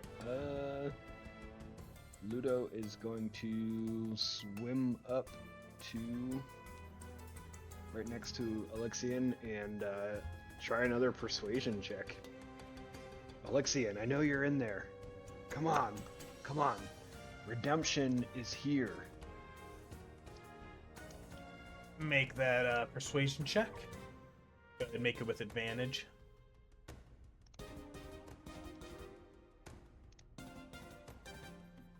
Uh, 16. this is a weird question to ask. Are you going to throw a smite on it?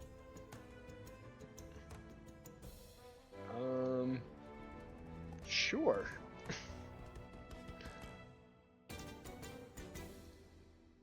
Why not? Roll a d8 appropriate for the amount of smite spell slot that you would spend. And then explain to me how you use your celestial magic to embellish this. Oof, that's a bad smite. Yeah, so I think with that and some of the persuasion attempt, Ludo would I think it'd be more like Alexian, I know you're in there. Redemption is here. Avandra can hear your prayers.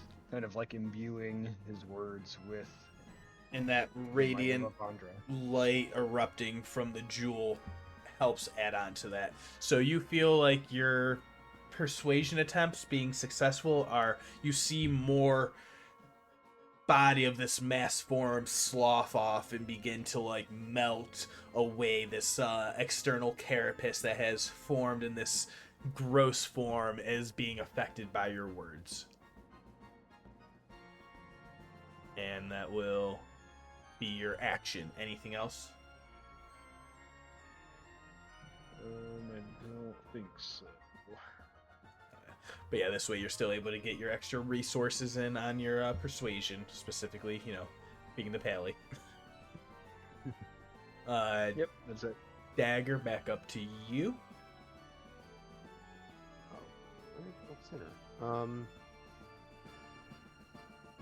Okay. Let's see. Everything's far away.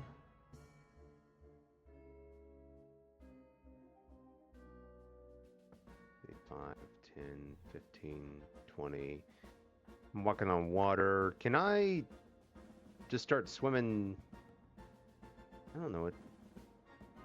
I won't start swimming down. Let's see. 25, 30, 35, 40.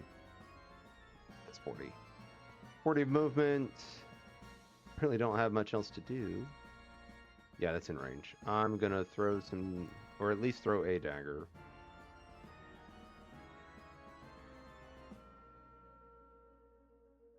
That's right. 20. Hits. So, and take the sneak attack. 28, so extra 15. Then, let's see, I will use my bonus to dash. So 5, 10, 15, 20, 25, 30, 35, 40. That's my turn. Alright. It will be back up to its turn, regains everything. It is going to look at you, Dagger. I need you to make a... you and Morgan to make Constitution saving throws as it uses its Does void it have to eyes. see me for that?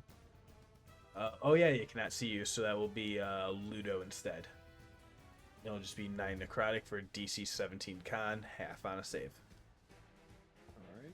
This guy's been rolling shit for damage. That's okay because I couldn't make that, I think, if I wanted to without rolling a 20, a 19, or an 18. Fair enough. Both of you will take 9 necrotic damage, half for Ludo. And then it will use its second multi-attack for its grasping hand attack on Aljin. Sorry, go ahead. Damn it. I was going to say, and it got off. I was going to use my portent. Okay, yeah, what's your portent roll? At 12.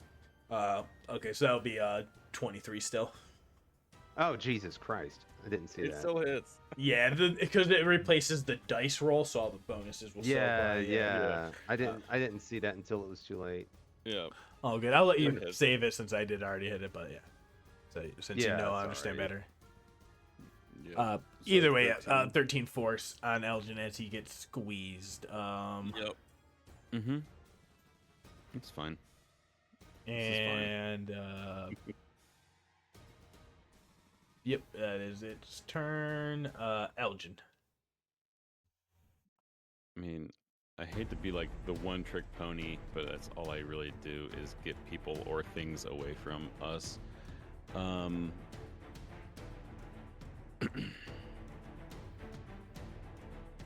It's just a control thing. Okay, I'm going to use. I hate to be like the same spell over and over again, but it's going to be. I'm going to do a vortex warp at 4th level on the creature. It needs to make a Constitution saving throw of DC 20. It does it at advantage because I'm heightening this spell. You mean disadvantage? No, disadvantage. I'm sorry. Thank you. Disadvantage because I'm doing this. Yeah, heightening. All right. Any other mitigations before I roll? Wait, is portent a reaction? Just happens. No, it just happens. Okay, I'm gonna substitute its roll with a 3. Awesome. So it's going to, with its plus 12 on con, be a 15. So that'll be a failure. Holy shit! It's going to use legendary resistance and automatically succeed. That sucks. I was worried. I was worried about that. Should have figured it had those. Yeah. Let's burn one though. It's fine. It's fine. I was trying to ungrapple us. No, Weirdly. beautiful. The target, not the targets. Yep, that was the plan. Yeah, Cause I'm get rid like, of the I have source. me and other things, so let's get rid of the source. Kind of assumed it had things like that. Burn them. Yeah, that's. I'm not gonna burn any more mitigations on that or any more resources All right. on that. That's Anything it. else? All right. No, that's it. That shrine is offline. We are back to Shrine Beneath. It is. Oh boy!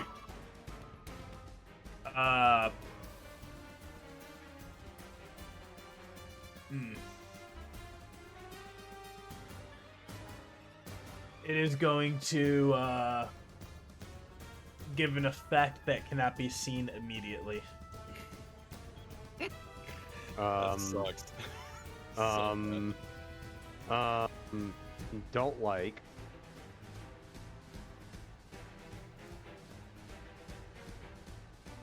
Yep. This is going to fly up to Morgen. And it's going to make a sting attack. 8 to hit Morgen. No. Yeah. No.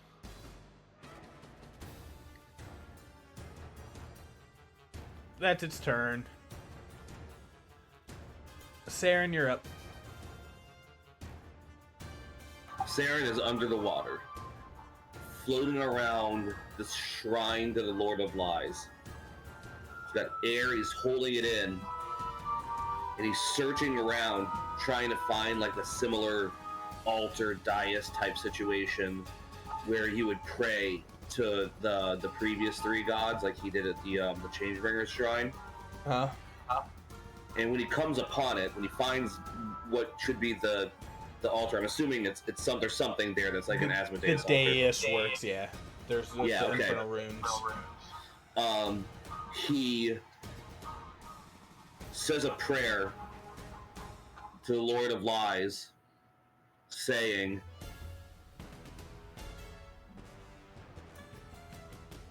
Elixir doesn't need you anymore. I rebuke you. And I cast a 6th level disintegrate on the altar.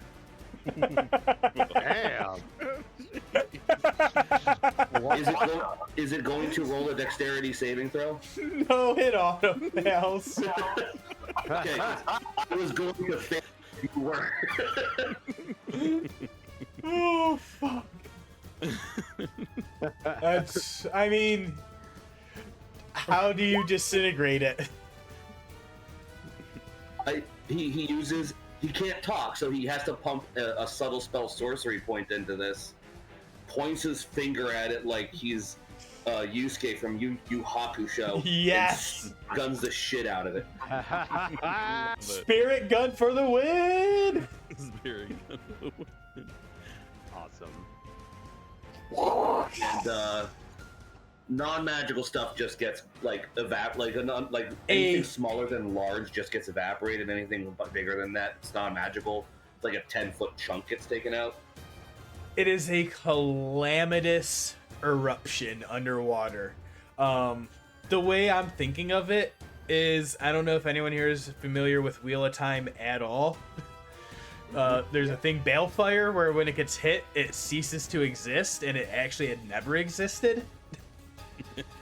So that means that vacuum of that space that was once filled with that, now that water in the space that you're in has to go rush it. Like, you have disintegrated it completely to where nature now has to right itself and get back into the position it should have been. I'm not going to give you any negative effects about that. You're just going to be washed in a maelstrom of the negative effect is like 60 feet underwater. Yeah. I don't think I'm proficient in athletics. So you are tossed and tumbled. And you have utterly destroyed. There was a spot of a planar hole. This shrine site was a hole into the abyss. And now you understand the machinations. This was Asmodeus's back door to get around the divine gate and be able to force himself into the prime material of Exandria. if we released Elixion, he would have brought it with him, basically. You pretty much get that feeling. And you saw that, and there's no extra planar magic required. Your disintegration spell has obliterated that point to the point where it has not existed. All right, I'll start swimming up. Yeah. You move your movement. I do not move my whole movement, I don't think. I think it's considered minimum difficult terrain. Yeah, half speed if you don't have any water. Yeah. And let's keep in mind, I have hooves. Yeah. Do I need to bring up the image again?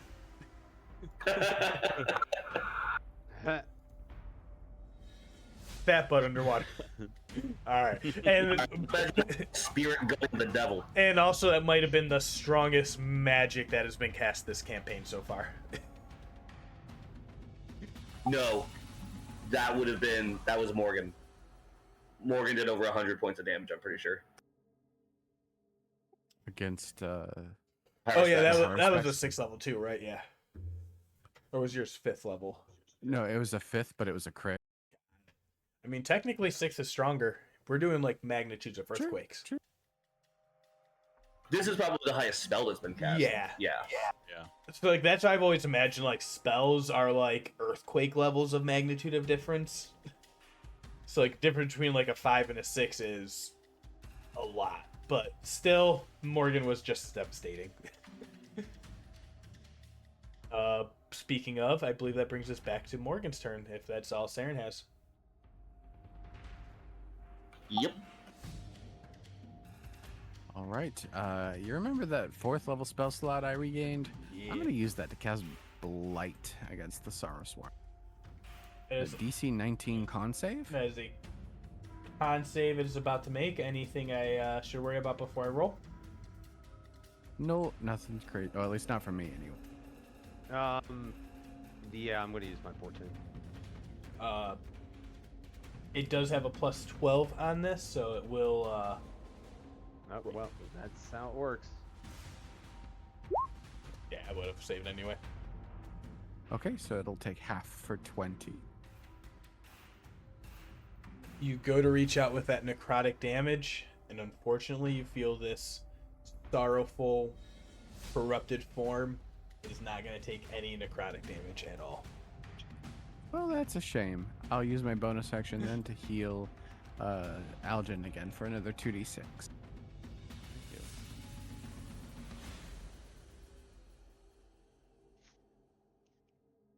There's another 8 for him. Is going to use a reaction to attack against Ludo for 22 to hit. It misses. All right, it does not regain hit points. All right. Anything else from Morgan? That'll do. All right, Ludo. Sorry, trying to keep us chugging along. Appreciate y'all here for this late night. Any point? Yeah, Ludo's he's already spent 2 turns trying to persuade Elixian, so he's gonna start wailing on him. He said, "Fuck you! I want to roll dice." Hits. And we're gonna throw a smite on that, of course. We're throwing a... What do I got here? Let's throw a 3rd level on there. 26 plus 16 is 3642. And then swing again. All right. Yeah, you see this form is taking quite a beating. 14 is going to miss. Okay.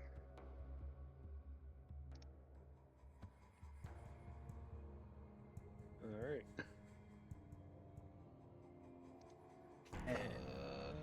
Anything Yeah, else? that's it. Maybe just a little bit of movement. Maybe just come around towards the front here. All right. I'll bring us back to Dagger then.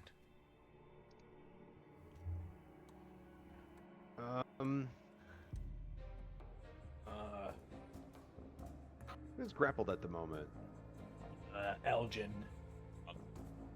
Which also, that reaction actually of that damage that it took, at the same time, Sorrow loves company. If it takes damage while grappled, it can use reaction to have one creature take that damage instead. So actually it will take however much you did to it, and Aljin will take that much. How much was it, Ludo? Oh. Oh. How much was it? It was 26 plus 16, 42. Cool. Yep. I love it. Yes, I forgot it has that ability this whole time. So that was yeah, its reaction as opposed to that attack. Okay, I'm gonna move up to Aljin and try to get him free. All right. It is a would be a athletics check to get him free. Oof. And actually, never mind. Yeah. That's a negative 6. Yes, as this That's a one negative is 6. I can move myself. It's fine. It's just Okay. I've been trying to get other people out of the way as wasn't doing self-sacrificing to a fault. Until that moment where the DM realized that he could do damage to me as they get hit, I was fine. Yeah. No, not so much. Well, yeah. Yeah, that you've is weighed unfortunate. I up. really don't. Elgin waves you off, not requiring the assistance or freedom. No. All right. Well, I will stab him then. 22 to hit. That will hit. I'm gonna use my bonus action actually to apply poison to it, to my dagger. So that's one use of great poison. That's not the innate thing with the dagger of venom. Yeah, This is it's an a extra. feature. Yeah. So if that hits, that's 10 Is that a poison con damage. save for the poison? Yeah, it's a con save of 14. Succeed. That's where I needed to keep that stupid portend roll. I could have just used that over and over again. Okay, so that one's blown, but the sneak attack would still hit. So still 10 plus 18. 28, yeah. And that is just piercing damage. Magical. Nice. So that is 34. Yeah, thing is barely holding together at this point.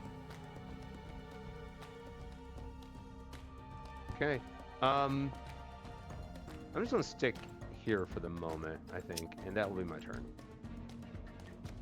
All right, and that was all of its legendaries, I believe. So it'll be back to its turn. It's gonna sit here, and it has Aljin in its grasp, so it's gonna do one of those. 18 to hit for another 15 force. 15 force. Yep. Alright, I'm down. All right, and then it's gonna use its second attack to shoot a harpoon arm out at Morgen. So that'll be a 22 to hit. That will hit. So 14 piercing on that, and then it will use bonus action. Each creature grappled make a wisdom save or take 14 psychic damage. So Aljin, that will be an auto death fail. Since you are Wisdom unconscious. save. Yeah, wisdom save. So you'll take half, so it'll be 7 psychic, Morgen. And it pulls you up closer to it, yep. Okay. I need a couple con saves. For concentration, first one and second one. Awesome. And then that is Aljin at 1 death fail. It's my turn, right? That will be the end of its turn. Aljin, don't roll in that one. I do this at disadvantage. Yeah, you do. 15. Woo. 1 save. 1 fail.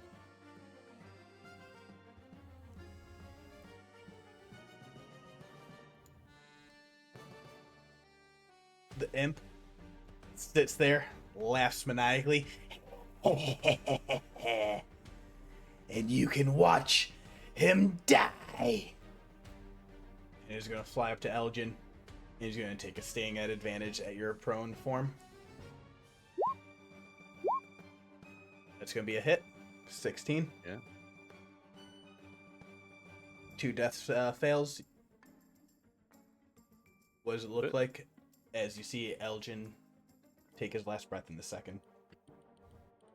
I think it was, I don't know, it's kind of like those ones where he gets hit and he thinks he was helping at one point, and then slowly he realizes he should have saved himself, but it's okay because he thinks everything's gonna be fine.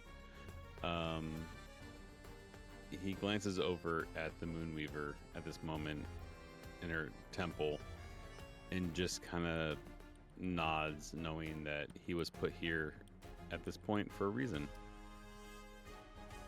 And this is where he takes his last breath. It's the first time Aljin has died. Yep. Saeryn. You see that sting happen.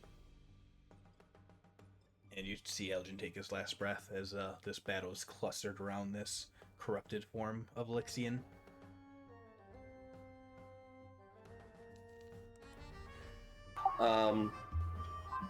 Saeryn immediately does another misty step 30 feet straight up through the water, and then finishes his movement out with another 15 to actually reach the surface of the water.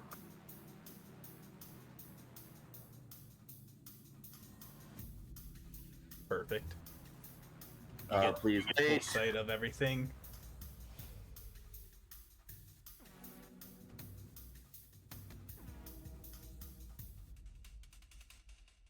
have to hit all the proper buttons when I do that kind of crap.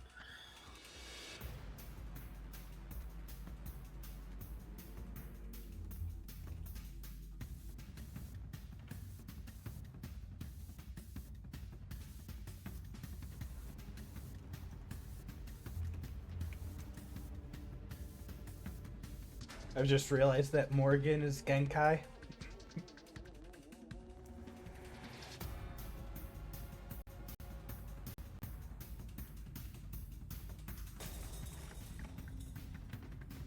Okay, double checking a rule thing because we have enough DMs here that it makes sense to ask.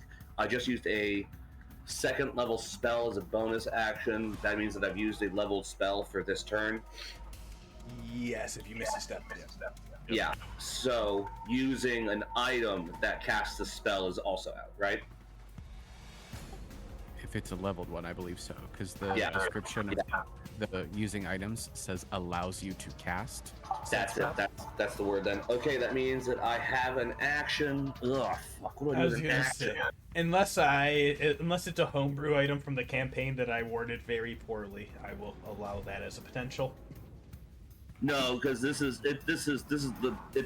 dark magic missile. Like I'm not gonna that requires level charges. So yeah, that would be casting dark magic missile through the wand. Although just the chance of it blowing up in your face is still really good, though.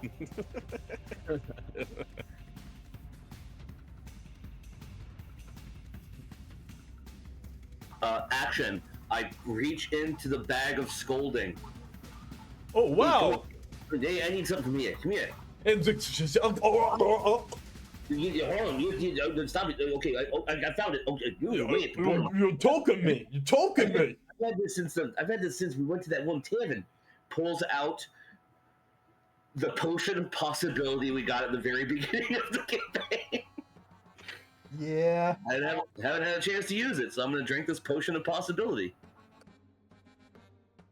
And is that pretty much a dunamantic potion?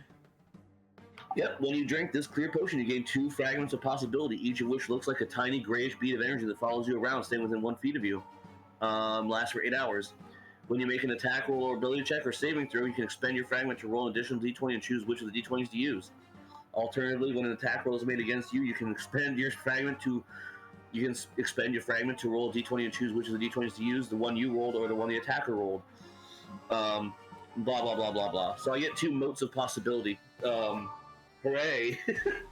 Just more math. Yeah. This is bullcrap for me to handle over here. This battle will happen exactly how y'all want this battle to happen from here on out, mathematically at this point. Morgen, it is your turn. You have seen Aljin pass away, be killed by an agent of Asmodeus, an imp. Yeah, you know he is dead. Okay.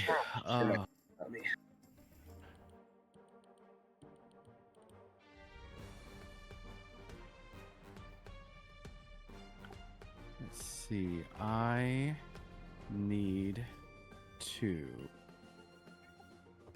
break free of this grapple. An athletics check? Would be an athletic to break free unless there's some other teleportation. Don't currently have any available. We'll try an athletics. I don't. No, I only get bonuses around Ludo for saves, correct? Mm-hmm. Yeah. So 13, I think, is a fail. Yeah, I wasn't sure if would be a fail. I wasn't sure if other people had any mitigations or stuff they wanted to do before. But 13, it would be 16 to escape the grapple. I'll expend a charge from the jewel to let Morgen roll that again. All right. Here we Roll go. up. Roll again.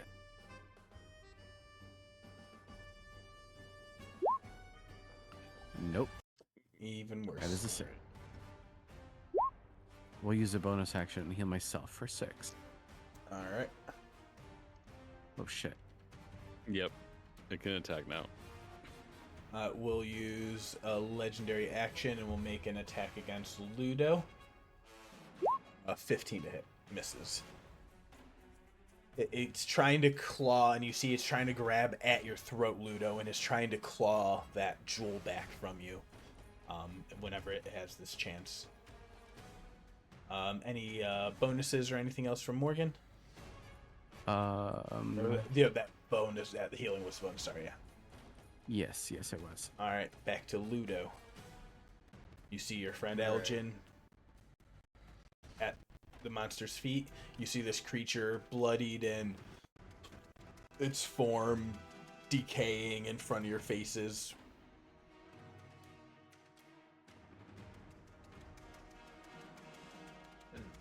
Did you say Aljin is dead? Dead. Yeah. You do not see him drawing breath anymore. He is not unconscious to making death saves anymore.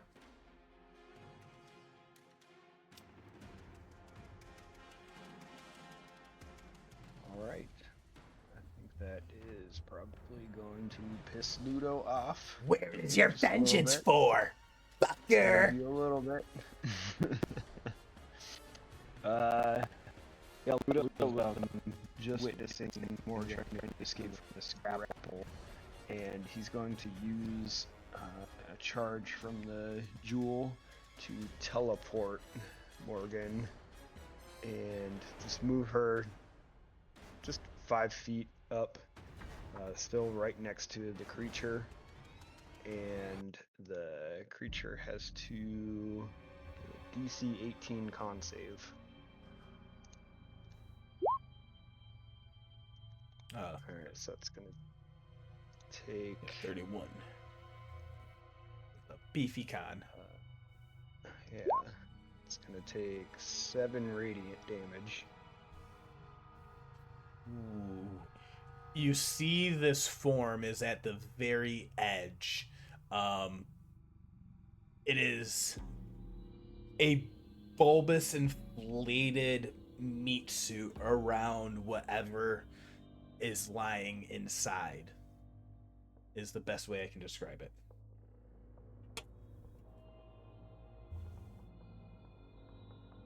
And Ew. it is very not looking well held together anymore. Yeah, is bulbous meat suit, is that too much? Yeah, it's pretty gross. I mean, that's what that art looks like, right, though, right? Yeah. Yeah, Ludo's got a swing at this point. So was that a bonus action for that ability? Yep. So first attack, 14. That will miss. Second attack, before you roll, I'll allow anyone any mitigations.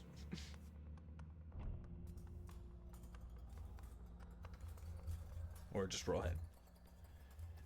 I just realized everyone's got a bunch of portents that I'm not sure, want to make sure everyone has room to use if needed. 20 will hit. Alright, throwing a smite on that, of course. Describe how Ludo lashes out against this creature that has killed his longest companion that he's known. Yeah, so he uses the jewel to teleport Morgen out of the way, and in that flash of radiance, just like wildly screaming in like this vengeful anger, so much so that he misses that first strike, but then on the back swing comes through with just like a radiant smash against the bulbous meat hanging off of this figure. Iridium greatsword cuts across a large slash against this skin. And again, the skin, the corpse, splits open like a cocoon. And a radiant figure with angelic wings and wreathed in a halo of spears emerges from the husk. With a gleaming spear in hand, he looks down on you as if in judgment, In a cold voice, he says, "Your words mean nothing. The Apathian, born of the blessing of 3 gods, thousands have died by my hand. You will be no different."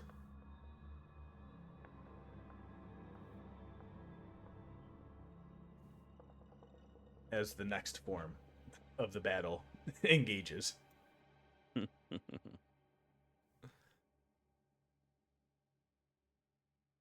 Goddamn second health bar. I'm gonna leave this to y'all. Want to keep pushing?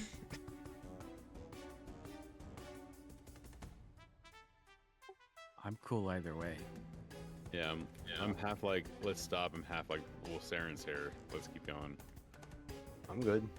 I mean, that's the thing. Saturdays actually work really, really well for me because that means I don't have to like bus home from work. I'm already home, so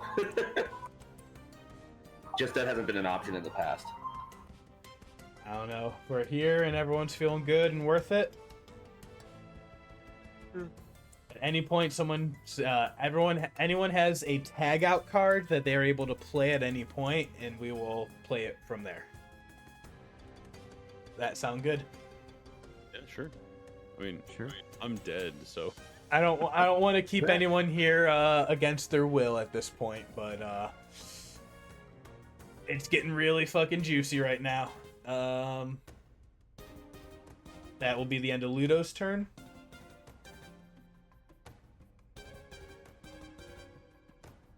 We're rolling.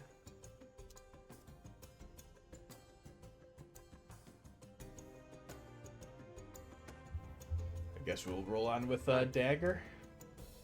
Okay. I appreciate y'all.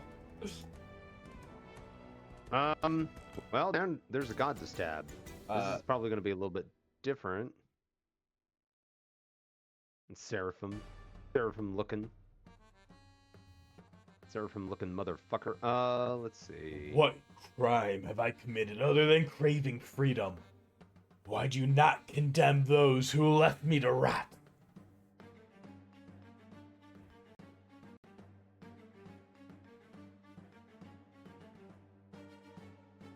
Ooh, shit. No, stop it, browser. Wrong button. Do right now.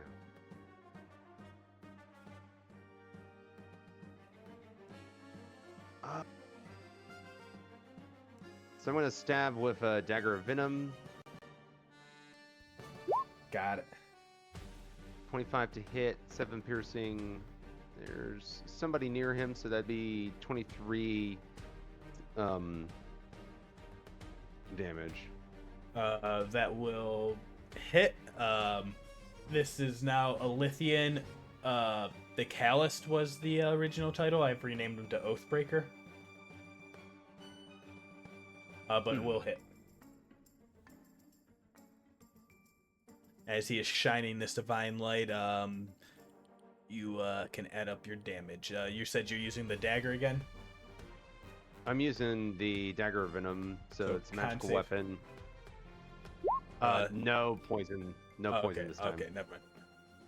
Yeah, it's what's confusing about it because I have the bonus effect as a bonus action, but it takes an action to activate the Dagger of Venom's thing. Okay. So how much Constant damage total from that? 30 piercing, all piercing.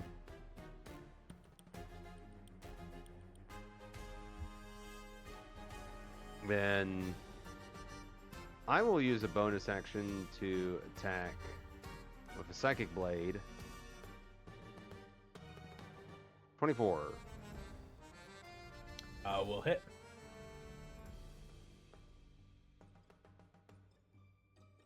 For 6 damage. Another 6 will hit. Alright. Anything else? And that looked like normal, like everything took. The psychic, seems to be fully going through. Okay, cool. I'm gonna say put.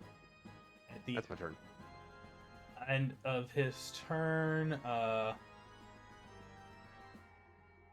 he is going to use his Ruidus Moonbeam and reposition that. So since that is actually no, that is gone because that shrine is destroyed. So he's going to use his flare instead. He targets one creature he can see within 30 feet. Light flares around the creature, dealing 5d6 radiant damage to it, and creatures within 10 feet of it. So he's going to do that against Dagger, since you're the one that just stabbed him. Okay, and that's It'd just be 16 radiant. no mitigation whatsoever. No saves. Gotcha. Yeah, it's just a light flare that pops up, and it's an auto hit.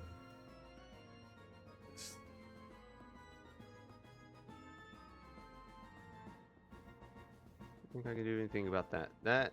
Okay. All right. Is that's the end of your turn? On his turn now, he is going to use a bonus action to cast the spell Staggering Smite at 4th level. On his weapon, a radiant glowing spear forms in his hand, and he's going to make an attack against Ludo. That'll be a 22 to hit. Miss. He'll try again. And we get another 22. He just needs to roll above a 12. Another miss. Oh, he's so mad. Alright, that will be his turn. I'm so sorry, Aljin. You are being held in the embrace of the Moonweaver. That childlike form is holding you. Actually, I have an image for it, and it hurts even more because it's a tabaxi. It's even funnier. And that, but it's Aljin, but also Mox. Yeah. I saw this in the book, and I'm like, oh man, that hurts. Yeah, that's funny. So that's kind of what's happening there. I'm so sorry. Cool. Hope you enjoy the show. Yeah, it's good. The imp's turn. I mean, there's no fucking shot that it hits Ludo, right?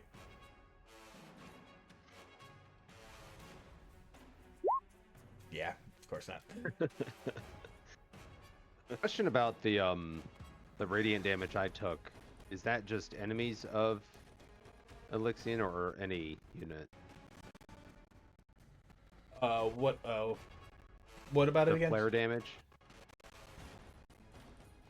Yeah, so he flare targets one creature he can see within 30 feet. Light flares around the target, dealing 5d6 radiant to it and creatures within 10 feet of it. The imp would take that then. Yeah, if he's in 10 feet, yeah. He has 21, so he is still up, but hurting. Saeryn.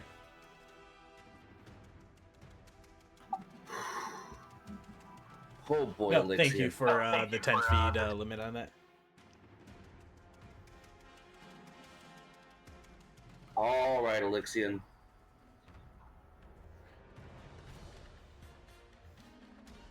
All right. It's time for someone to take a little bit of a time out. I'm going to use my last 4th level spell slot. And just so you know, he rolls a 1 on this. Dope.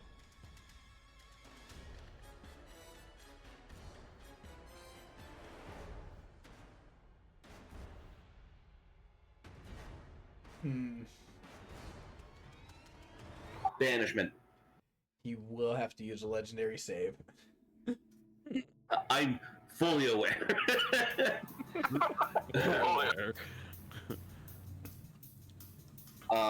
But yeah, that's what I wanted to do with that. So that he just knocks that away. You will not banish me. You will deal with me, Well, and I will deal with you. oh shit. So, I'm in the middle of the sea.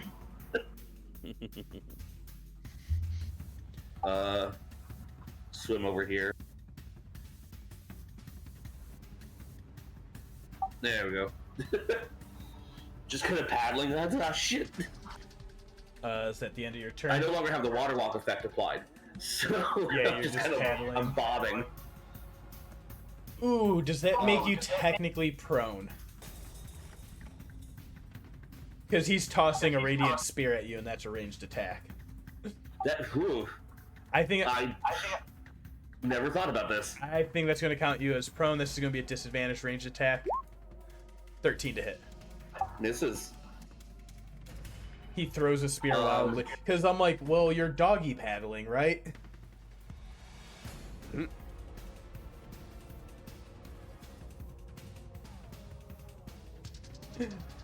I don't know, that one hurts the brain, but he still would have missed on a 13 anyway. So that was his last legendary action. Now's the end of your turn, Saeryn.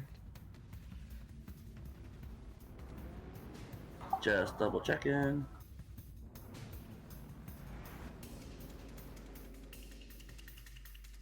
Yeah, I don't have a bonus action option right now. All right, Morgen, Megen, you are free from the grapple. Free from the grapple. Okay. I have a question for the DM. Can I enter an ally space and cast a spell from there if I don't end my turn there? We'll allow it. Okay, so we'll enter Ludo's space here, and Morgan speaks a chant, one different from one that she has said before, but she says, "Round and round this mill I go, calling on life's ebb and flow. This ritual of where I stand, I call upon the very land. I pray to thee, the spirit stay, and enter where this body lay." And she casts Revivify. I have to expend a 4th level slot for this. I'm out of 3rd. So And we will be targeting the dead guy. there's only been one other time that we have cast a Revivify spell in this campaign. And to do it as a quick action in the middle of combat requires a little bit more than just the spell cost. To do a Revivify, you need to cast a quick, in the moment resurrection ritual, which is rolling a d20 and adding your spellcasting ability modifier against DC 10 plus 1 for every time that character has returned to life before. This is what you tried to do on Mox, and this is what you failed the last time you tried to cast this ritual.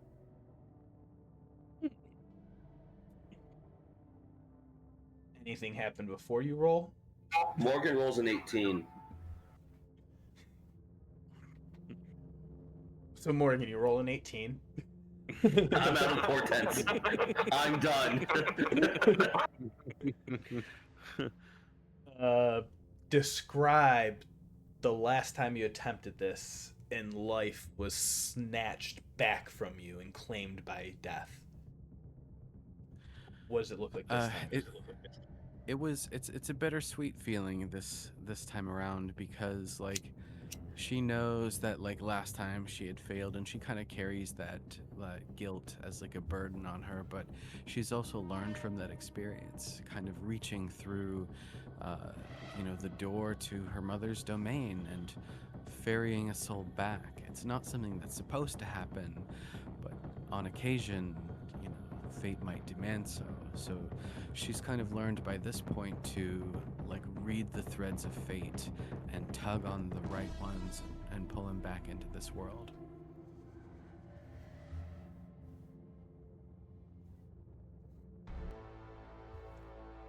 Aljin, you wake back up at 1 hit point. You have been snatched back from death, from that vision that you had been experiencing, the peace that you had passed on with. Mm-hmm.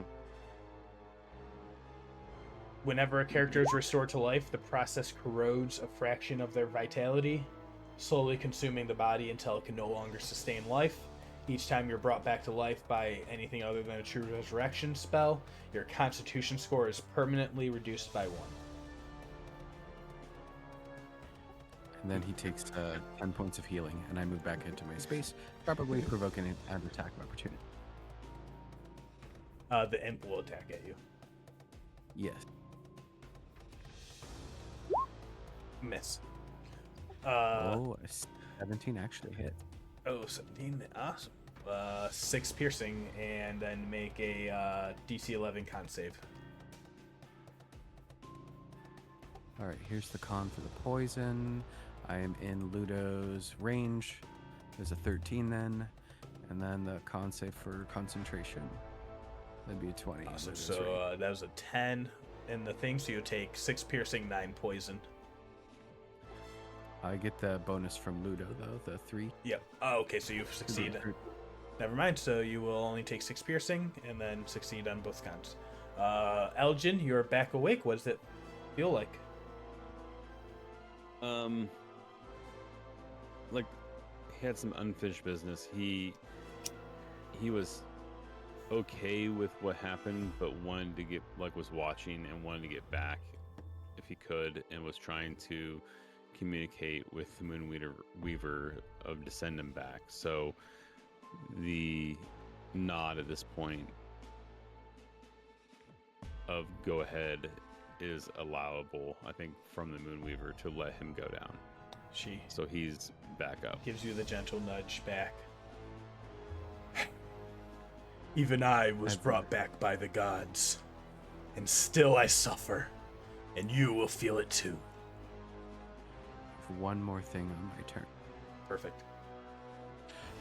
Since I just took damage, I would like to take my Mote of Deception teleport again. Over here, and we're going to turn invisible. You're using his own suffering against him. That'll do it. Ludo. Alexian, blood of my blood, end this now. Your redemption is here.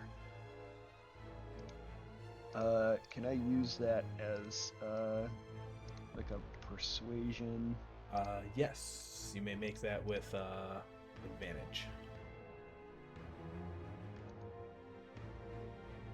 Oh, jeez.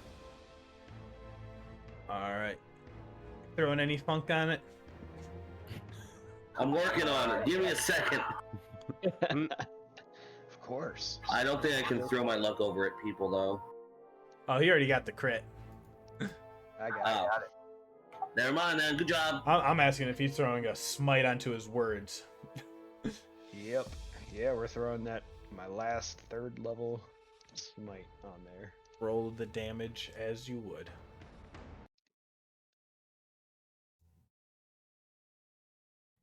You see your words pierce into him, and he takes pause, and he says, I've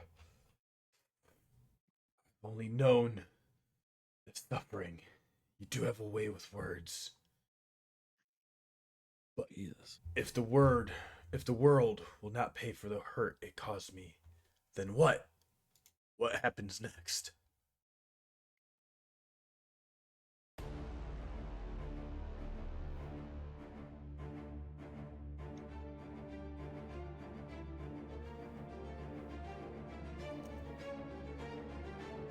The pain wasn't caused by you. You were just an instrument of the betrayer gods. And you can still be redeemed. How can any of this be righteousness? How is any of this allowed by fate, by the gods that once fought by my side? They left me here to suffer. They had no way of returning, but they're here now through us.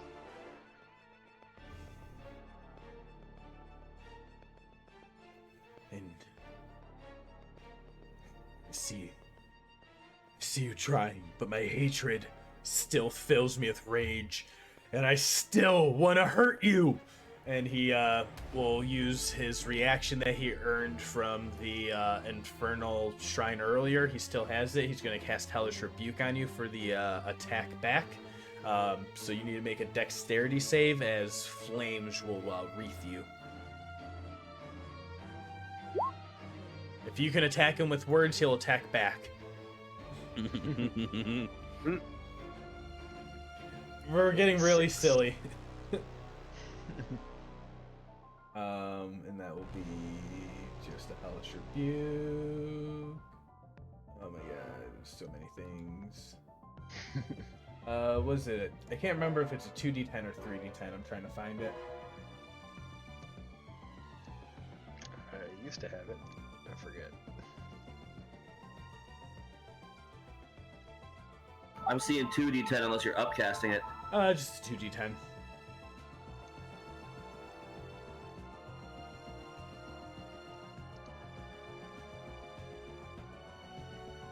All right. But you felt that was very, very effective. And as the damage is not like physical scars, but you see his stance, his posture, his shoulders start to slump. There's more hesitance and uncertainty in his actions and movement, and you feel like that has been having a large effect. But he will hit you back with 2d10 fire damage for 12 fire. As he lashes back in anger, and you see he's still trying to work through the demons. That'll bring us back to Dagger. Oh, wait. Oh, sorry. Never mind. I'm gonna use a bonus action to expend a use of Channel Divinity to harness divine power. So I'm gonna grasp onto the amulet and regain a level 2 smite slot. Amazing. And now Dagger. Sorry. Yep.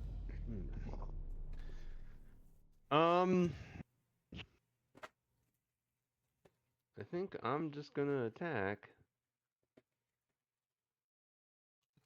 So main hand will be Dagger of Venom. 16.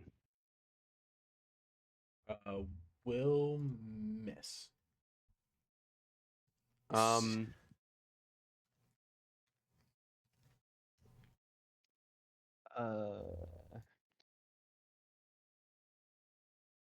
I'm going to use a psychic die, roll a 1d10. So, Hit. would a 23 hit? Hit. Okay. That means I blow it. Nope, wrong direction. Confirm. Then damage because I keep doing it wrong. So, oh no, that's not the right. Ignore that damage. It's 7 plus the 22. All right. 29. Yep. Then attack with my offhand. Oh, damn, another 16. Just miss. I'll burn another psychic. Oh wait, I think I can only. Can I do that only once a turn? Does it say so?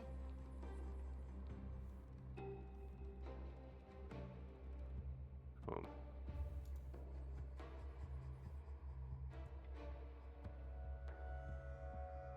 It does not say so, so I think I Alright, can burn use it. another one. So 19. Hit. So the damage there would just be 6.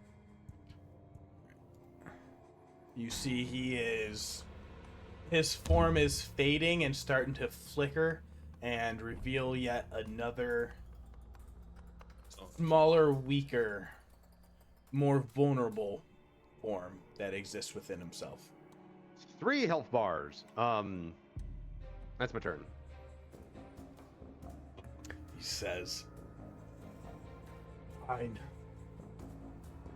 If you are to judge me, then prove your strength, prove your might. But until then, I will not relent." And he will go ahead and I have to look at a thing real quick. These are constant.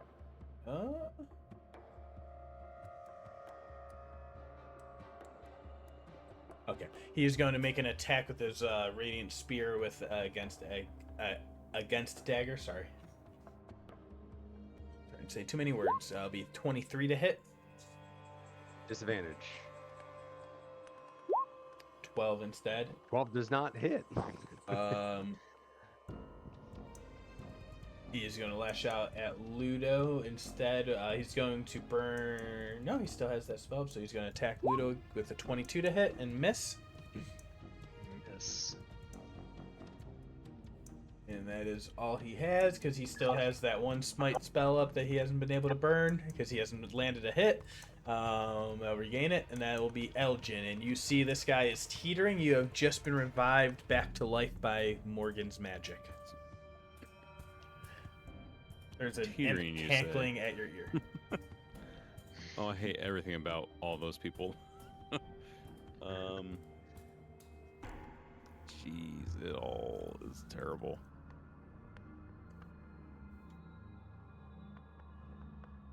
No, I can't do that. I'm going to cast a spell, Freedom of the Winds. So basically, this spell is winds wrap around your body, turning your hair and clothing into, or tugging at your hair and clothing. You lift up 53rd of, or you lift off the ground, which is weird because I'm swimming. I gain a fly speed of 60 feet and have advantage on ability checks about being grappled and saving throws against restrained and paralyzed. There's another little hint here at this point. But at this point, I'm going to use my bonus action to escape because I can use another feature. What was that, Jack? I was gonna say, yeah, I guess he like pretty much was still like holding you, but like everyone else would have been let go, but he still would have had your like body because that would have been like the only one holding grappled. You. Yeah. But I'm still being grappled at this point. Even though that was a previous bulbous husk body. So yeah, I was gonna say you technically weren't in grapple, but he was like kind of trying to hold on to you. But if that changes your plan, then feel free to do something else. Plans. Yeah. If he was holding me at that point. I was gonna say you weren't grappled anymore in this form. Oh, no longer grappled? Yeah. Okay, cool. Because then I can use my gotta find it. So much crap in the sorcerers. That's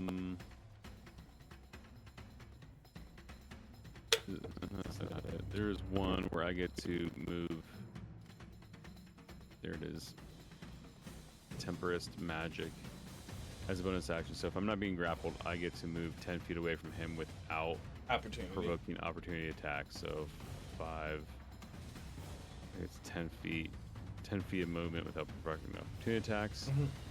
And then I will go back my feet 5, 10, 15, 20, 25, 30 back to here. And that's my turn because I need to get away as far as I can at this moment. And then You're flying above me, I'm splashing. yeah, so I'm like in a bubble of air at this point. It's like he flies back.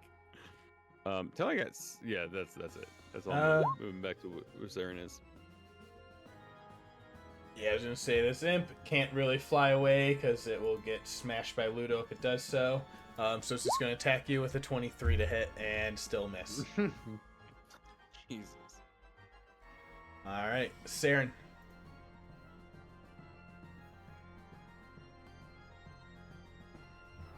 Oh boy.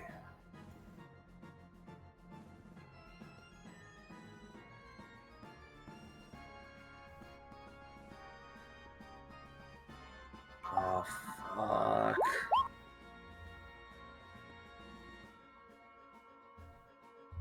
Lord have mercy. That is an AC. That's legitimately nearly impossible to hit for anything. That's crazy. Oy. That's like that order cleric thing that Josh plays. Yeah. One second, I need to decide how lucky I'm feeling right now.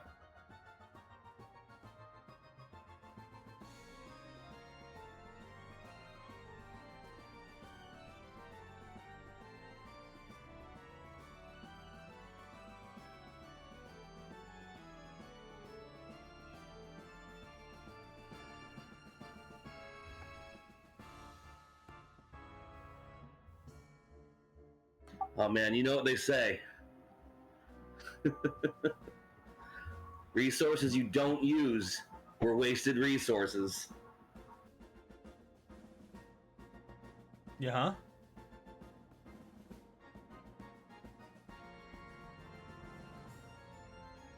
I'm here for it. Yeah, we're gonna gamble hard right now. I'm sorry that you decided to sit next to me, buddy.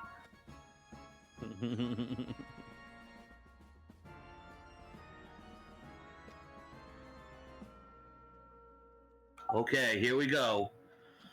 Oh, sorry. Saeryn raises what you guys recognize as basically the tangled remnants of what used to be, but has multiple times caused a problem for him, the Wand of Dark Magic Missile.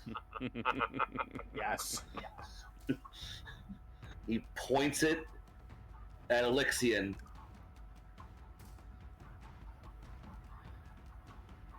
And looks back at the shrine to the Changebringer and goes, "Look, be my lady tonight." And just, I'm using all 7 charges. Hell yeah. So that is 3 from the first one, and then Yes, let's 6 see. more charges. 3.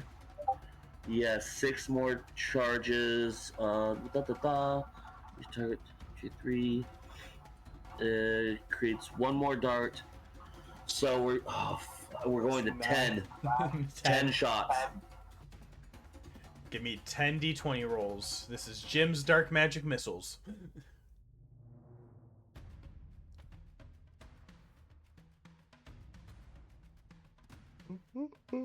I can't wait. I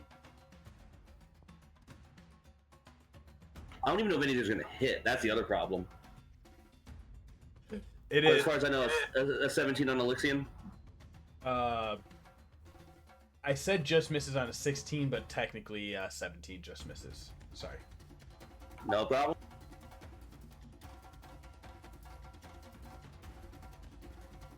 But now you know the magic number, 18.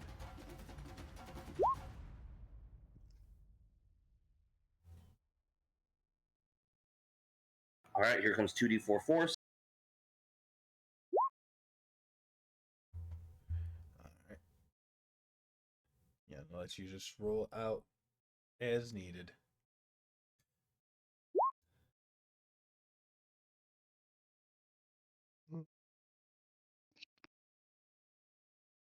Miss.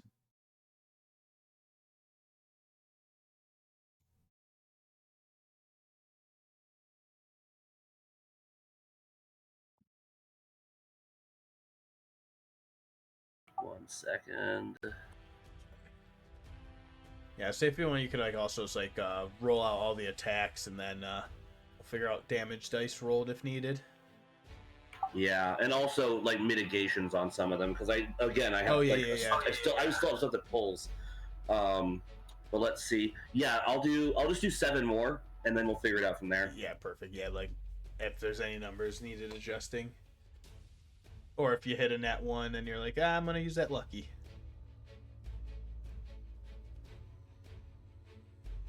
Jeez.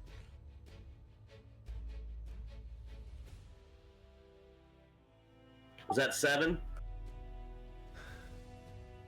Yeah, Be hidden now. Yeah, there's a lucky point right there. Yeah, so we'll 1 more for that lucky.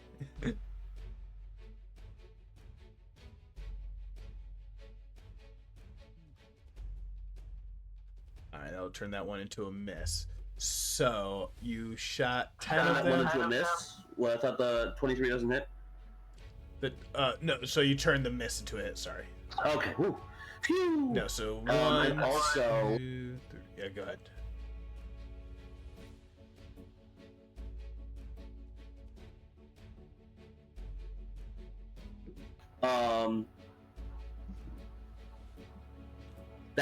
that 16, that last 16. So right basically the last missile I shot with 16. Yeah. We're gonna luck surge. And you add a d4 onto that. Damn. Okay. And then that 23. The 23 becomes a 21. That'll still hit. Perfect. No, thank you for keeping that clarified. All right. And so if the AC is 18. Yep.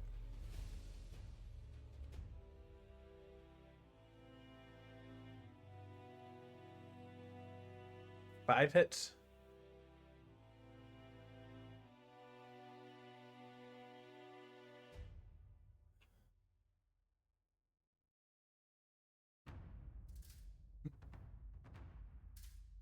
All right. So that's 8, 10, 14.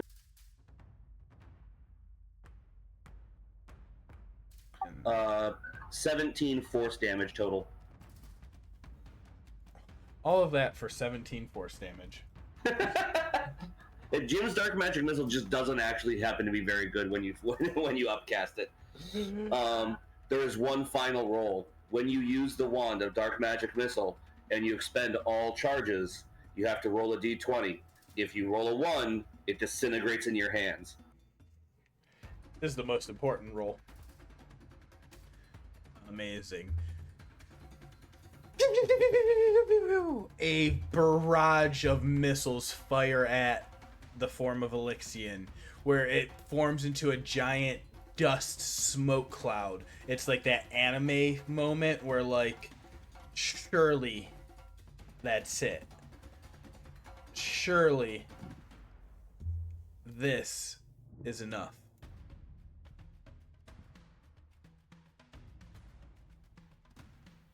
Out of the smoke, you see another form appear. Withered away, old.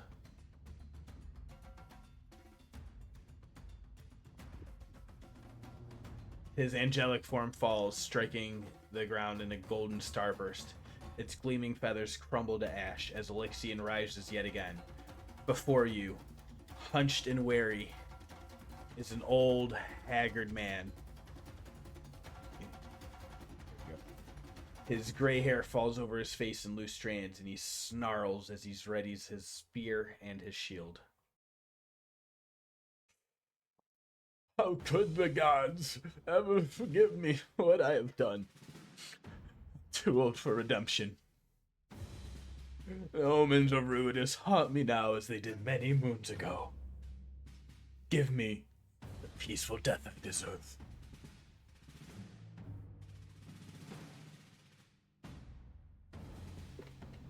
Your call, Ludo. I'm kind of tired. That'll move us on to Morgen. You see this new form appear before you. You see this withered, vulnerable form. Hell yeah. We're going to cast a 5th level spell. This will be a Mass Cure Wounds for 16 healing. And this is up to 6 creatures in a 30-foot radius sphere centered on a point that I choose. So I'm going to choose this spot right here. We're going to do 1, 2, 3, 4, 5, and choose the new Elixion's form. So he'll also get 16 healing. Amazing. Go ahead and make a persuasion check with that roll with advantage.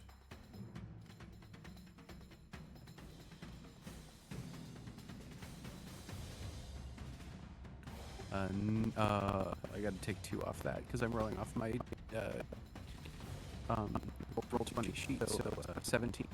Cool. And then 16 healing. You see years of negative emotion seem to drain away from him. I've survived for this long. Surely it had to be for some purpose, after all. I will also throw in my bonus action 2d6 on him as well for another 7. Do you spare your kindness to me after all I have done?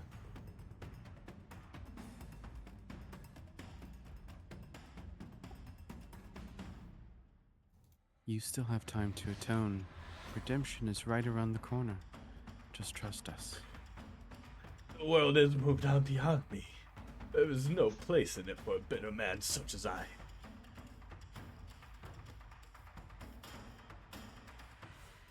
There's always room in this world for the thrice blessed. Anything else from Morgan? That's it. Ludo, you see this weary old man now before you. Yeah, Ludo extends his hand out. Alexian, it's time for your redemption.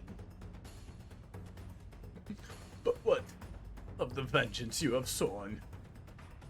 Do I not deserve it? After all I've done? The vengeance is not owed to you. And he looks over at this little imp. Whispers, "Fucker." Do you want to make an attack roll against the imp? I'll let that as part of your Yes. persuasion. Yeah. That's going to be your persuasion roll. Hey! Okay. I threw my glasses to the ground.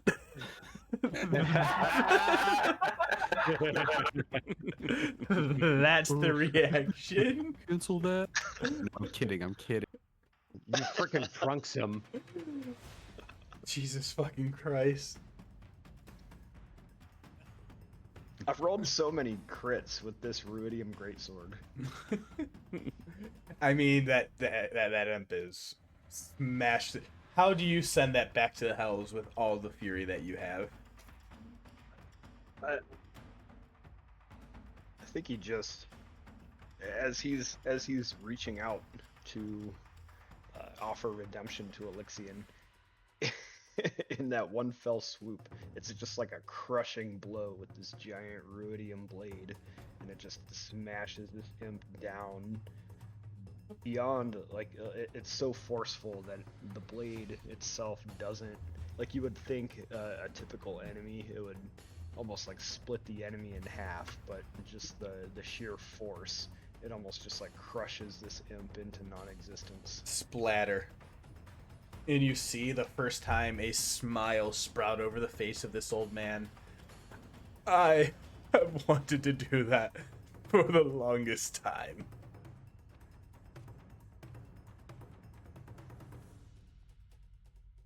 And Ludo's hand is still out.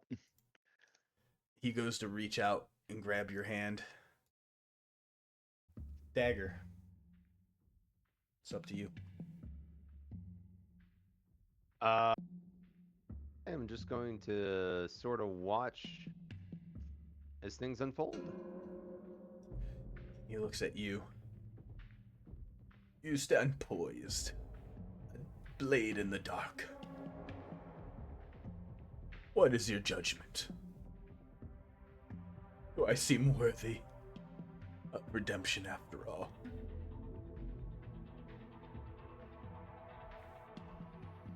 I psychically communicate with him and only him. You know better than anybody else here, born under that red moon, that we have to do it on our own. You want redemption? They're offering it, and I'll listen to them.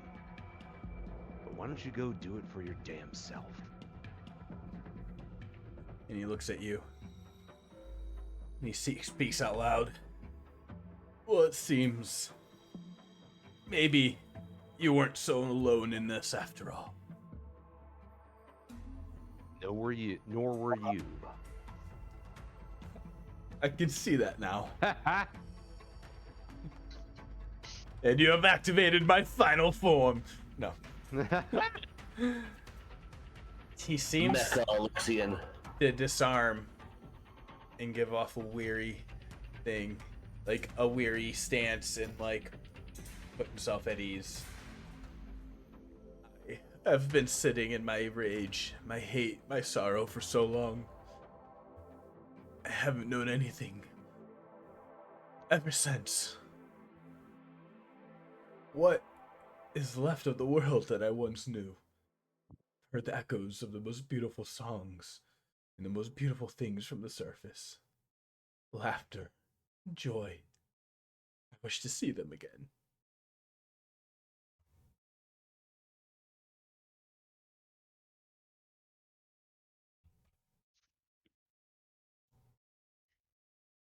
I know one thing that's up there now.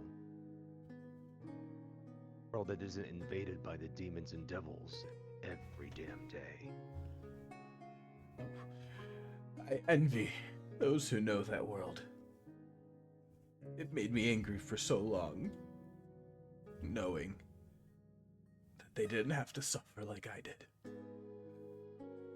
And that's what scared me the most.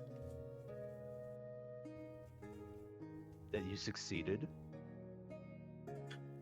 Gave in, and he goes and glances a furtive glance at Ludo. I've caused so much suffering.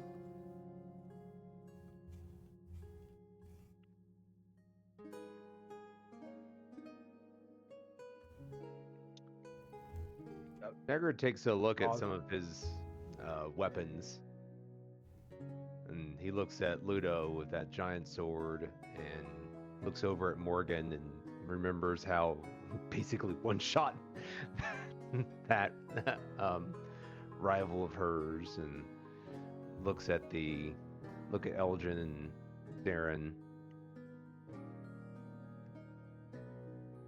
Looks back at his daggers, and he tells Elixian, causing suffering is just something that happens. Not always out of malice. We don't always get to choose every outcome of our actions, you know. We get to just choose the actions. The repercussions, that just comes afterwards. I really do think that there's something good in you. You just have to go do that. You have to go find it. We'll give you the chance. But you gotta go do it yourself. So, I ask you all again, and he all looks at you, one at a time in the eyes. Do you think I am free to go? Have I suffered enough?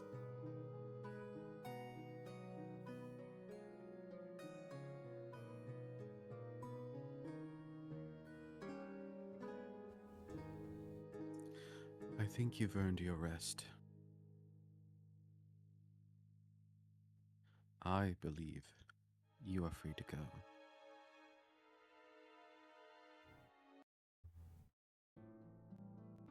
Ludo nods. You've suffered enough. You've been redeemed.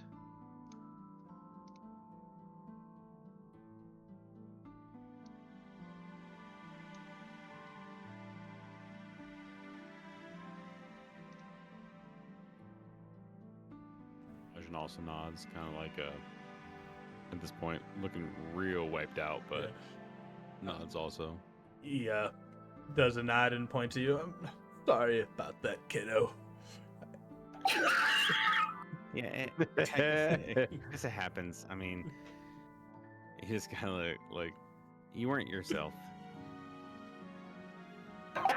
You can You were hangry. Yeah, Here, have a Snickers. you beat me to it. I was laughing. Yeah. You could say I was a little hangry after all. The final form of the Sorrow Sworn.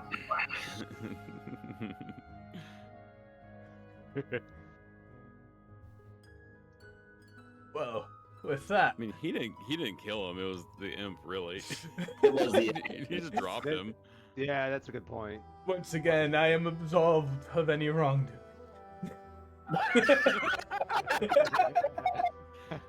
Now, hold on. Whoa.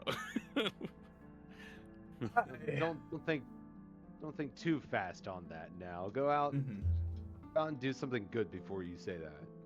So, can an old man go and finally enjoy some baklava?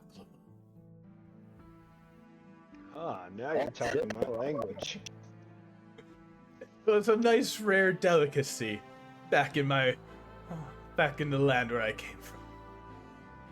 I know the perfect spot.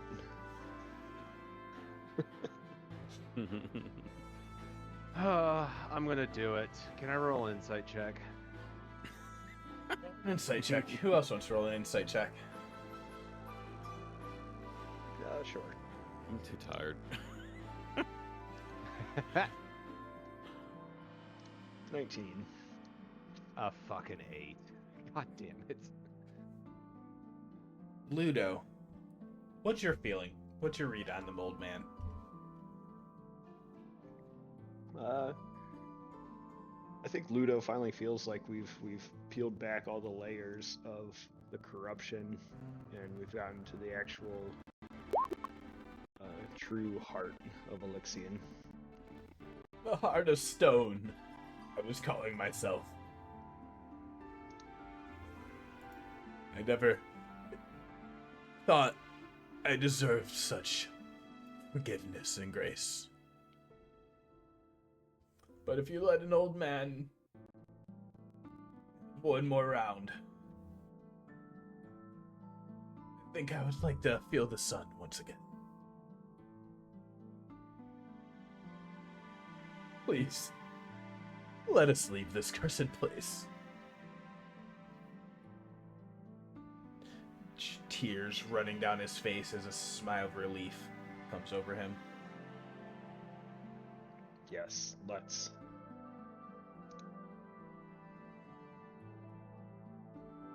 Someone get me out of the water!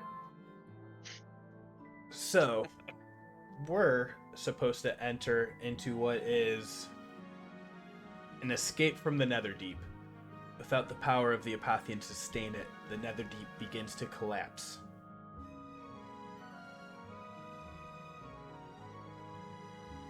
What do you all do? I will let you all paint the montage of how you flee this space. Teleportation circle, level 5, spell, I have it. We don't even need to do a montage. Fuck. Just skip to. One level 5 spell left. You're like, you like the everything starts like crackling and crumbling. He's like, can everybody give me this literally 1 minute? And you see him casting this spell. Calm and down. You just calm down. And he writes in this like the dirt and the silt, this spell that pretty much brings them back to. I'm trying to think of where a good spell circle would be, because that would be like, you see, teleportation circle links to a teleportation circle. Your chosen signet sequence. The same plane of existence you're on. So if it's same plane of existence, you know, Man, as soon as you get out would- of the portal into, so you can get you to the Okay, entrance it'd of the be- yeah. Netherdeep.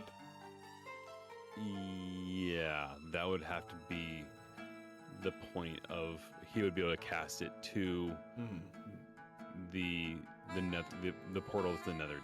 Yeah, you have to like walk out of the portal band at that point. First thing first, I guess, is do you see where the statue once was? The space goes back to normal.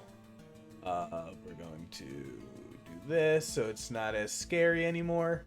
And where this statue once stood, you see a portal to go back out into the heart of the Netherdeep, and that would be where the rivals are waiting. Would you do that first before you teleport out, or would you all just bamp out of here right back to the beginning? I kind of feel like we should maybe try to bring them. Yeah, we would probably go through there because I'm not sure if this is a pocket dimension at all. Knowing the spell, because I've had it for a bit. Knowing the spell, I would probably have everybody go through this portal, because that was like the pull-up portal, and then do it in the silt, and get us to the entrance of the Netherdeep. It says you have 30 minutes to get out of the Netherdeep. I think with this, you have more than enough time. I think I can help a little, and Elixion will go and cast water breathing on everyone, as if you all already don't have it. Yeah. Your NPCs are so helpful, Jack. Their stat blocks are something. Yeah. You all tell me, how do you escape? Like, just give me that little cinematic, what you're all doing with each other to get out of there.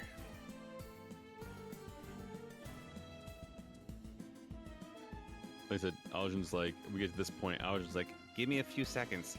And he starts like tracing as like rocks are falling and crumbling, trying to concentrate on tracing circles into the ground large enough to bring everybody through. Who the fuck is that old geezer? I'm not answering. I'm drawing right now. I'm doing arts and crafts. He certainly looks a lot older than I thought. It's been thousands of years. Yeah, that actually makes sense. Okay, no more questions. Let's get the fuck out of here, man. Apparently, it's a load-bearing apothon.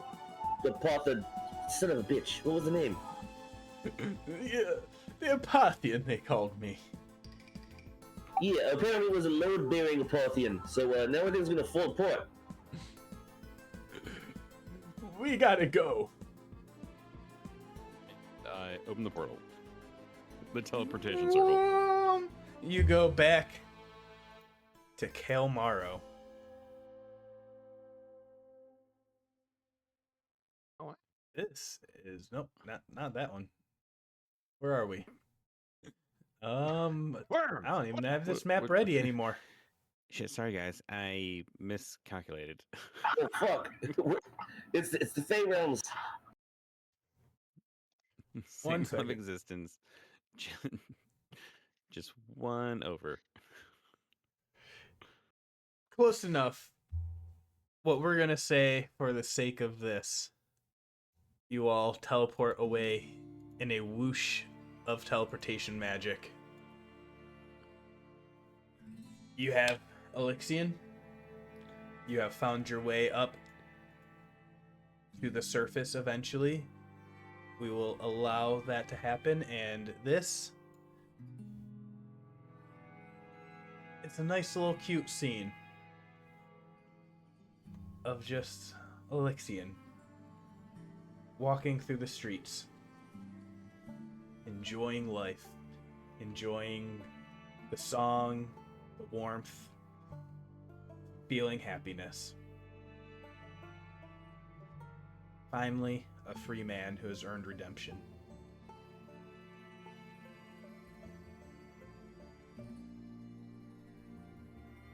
And that is basically the end of the module. I will tell you, you have avoided the bad ending. You have avoided the slightly bad ending. And with that mace in Morgan's bag and stopping Dermot, you have avoided the absolute worst possible ending. Good job, guys. And you all have Yeah, received the best ending. A world that remembered. Yeah. Oh yeah. Good editing. And I think with that, we will end the session officially at this fucking godforsaken hour of 2 a.m. I'm so sorry, y'all. I've only been up since 5 a.m., so Yeah, no. almost I there. appreciate it. We will do the wrap-up finale aftermath at a future time. Love it. Oh my god. Love it. Thank you all so much. Don't know what else to say. You Okay. saved the old man, and that's the best that could be hoped for. I gotta be honest. I didn't think this was gonna work out in the end. I still had the scroll for imprisoning him. I'm like, it's just like, oh, I want to get out of here. I'm like, nah, that don't sound atonement-full to me. I'm gonna stab you. I was. I have mental prison queued up, and I was ready to blend it with your spell also to make Oh my goodness. the most worst possible scenario for this man when you're about to ready to pull that. Jesus. I I was my at level 6 spell. I was like queued up on like level 6 mental prison because he is locked in this prison and he's locked Aljin in this prison. Aljin's going to use this against him with a mental prison if need be. Oof, oof. I felt really bad because at the start I realized after I'd already been moved away, I was like, oh wow, really should have cast Scroll of Protection from Celestials on somebody. Yeah, that'd be nice. Oops. I'd have been dead way faster if Jack remembered that he could just target me, the grappled person, with his spells as he got hit. There's like 1 or 2 turns of reactions he missed. Yeah, which would have straight out murked me again. Because squishy, very squishy. He was a singular form against the sea of adversaries. But no, that is officially the end of Cult of the Netherdeep. For most purposes, a wrap up. I'm going to tell you right now, Morgan, what's in your bag of holding is the Mace of the Black Crown. I don't like that name. Nope, that's terrible. Yeah. That's a Betrayal bad name. artifact. Oh God. Why? What is that? Is a half the Don't black read it, iron. don't read it. Yep, we'll figure it out. Don't read it. No, don't read it. It is a arms of the betrayer. Oh God. It is the foil to the jewel. We should all pass it around. see who gets it. I'm curious. I disintegrated Asmodeus's like temple structure. I don't think I want anything to do with this. Yeah. I think I have to hide now. You've Who's gonna made an enemy. Who's gonna be next season's big bad? Go. Here, hold this. Nope. Here, hold this. Yeah. Nope. Here, hold this. Nope. That is Let me the roll a one dice. reveal I will do. Oh jeez. There will be more. Yep. Yeah, thank you all for playing through. Yeah. Thanks, Jack. I'm gonna go to bed. Thank you. Thank I'm you gonna all feed for some staying dogs. up so late. I appreciate the Night, sacrifice. Good night.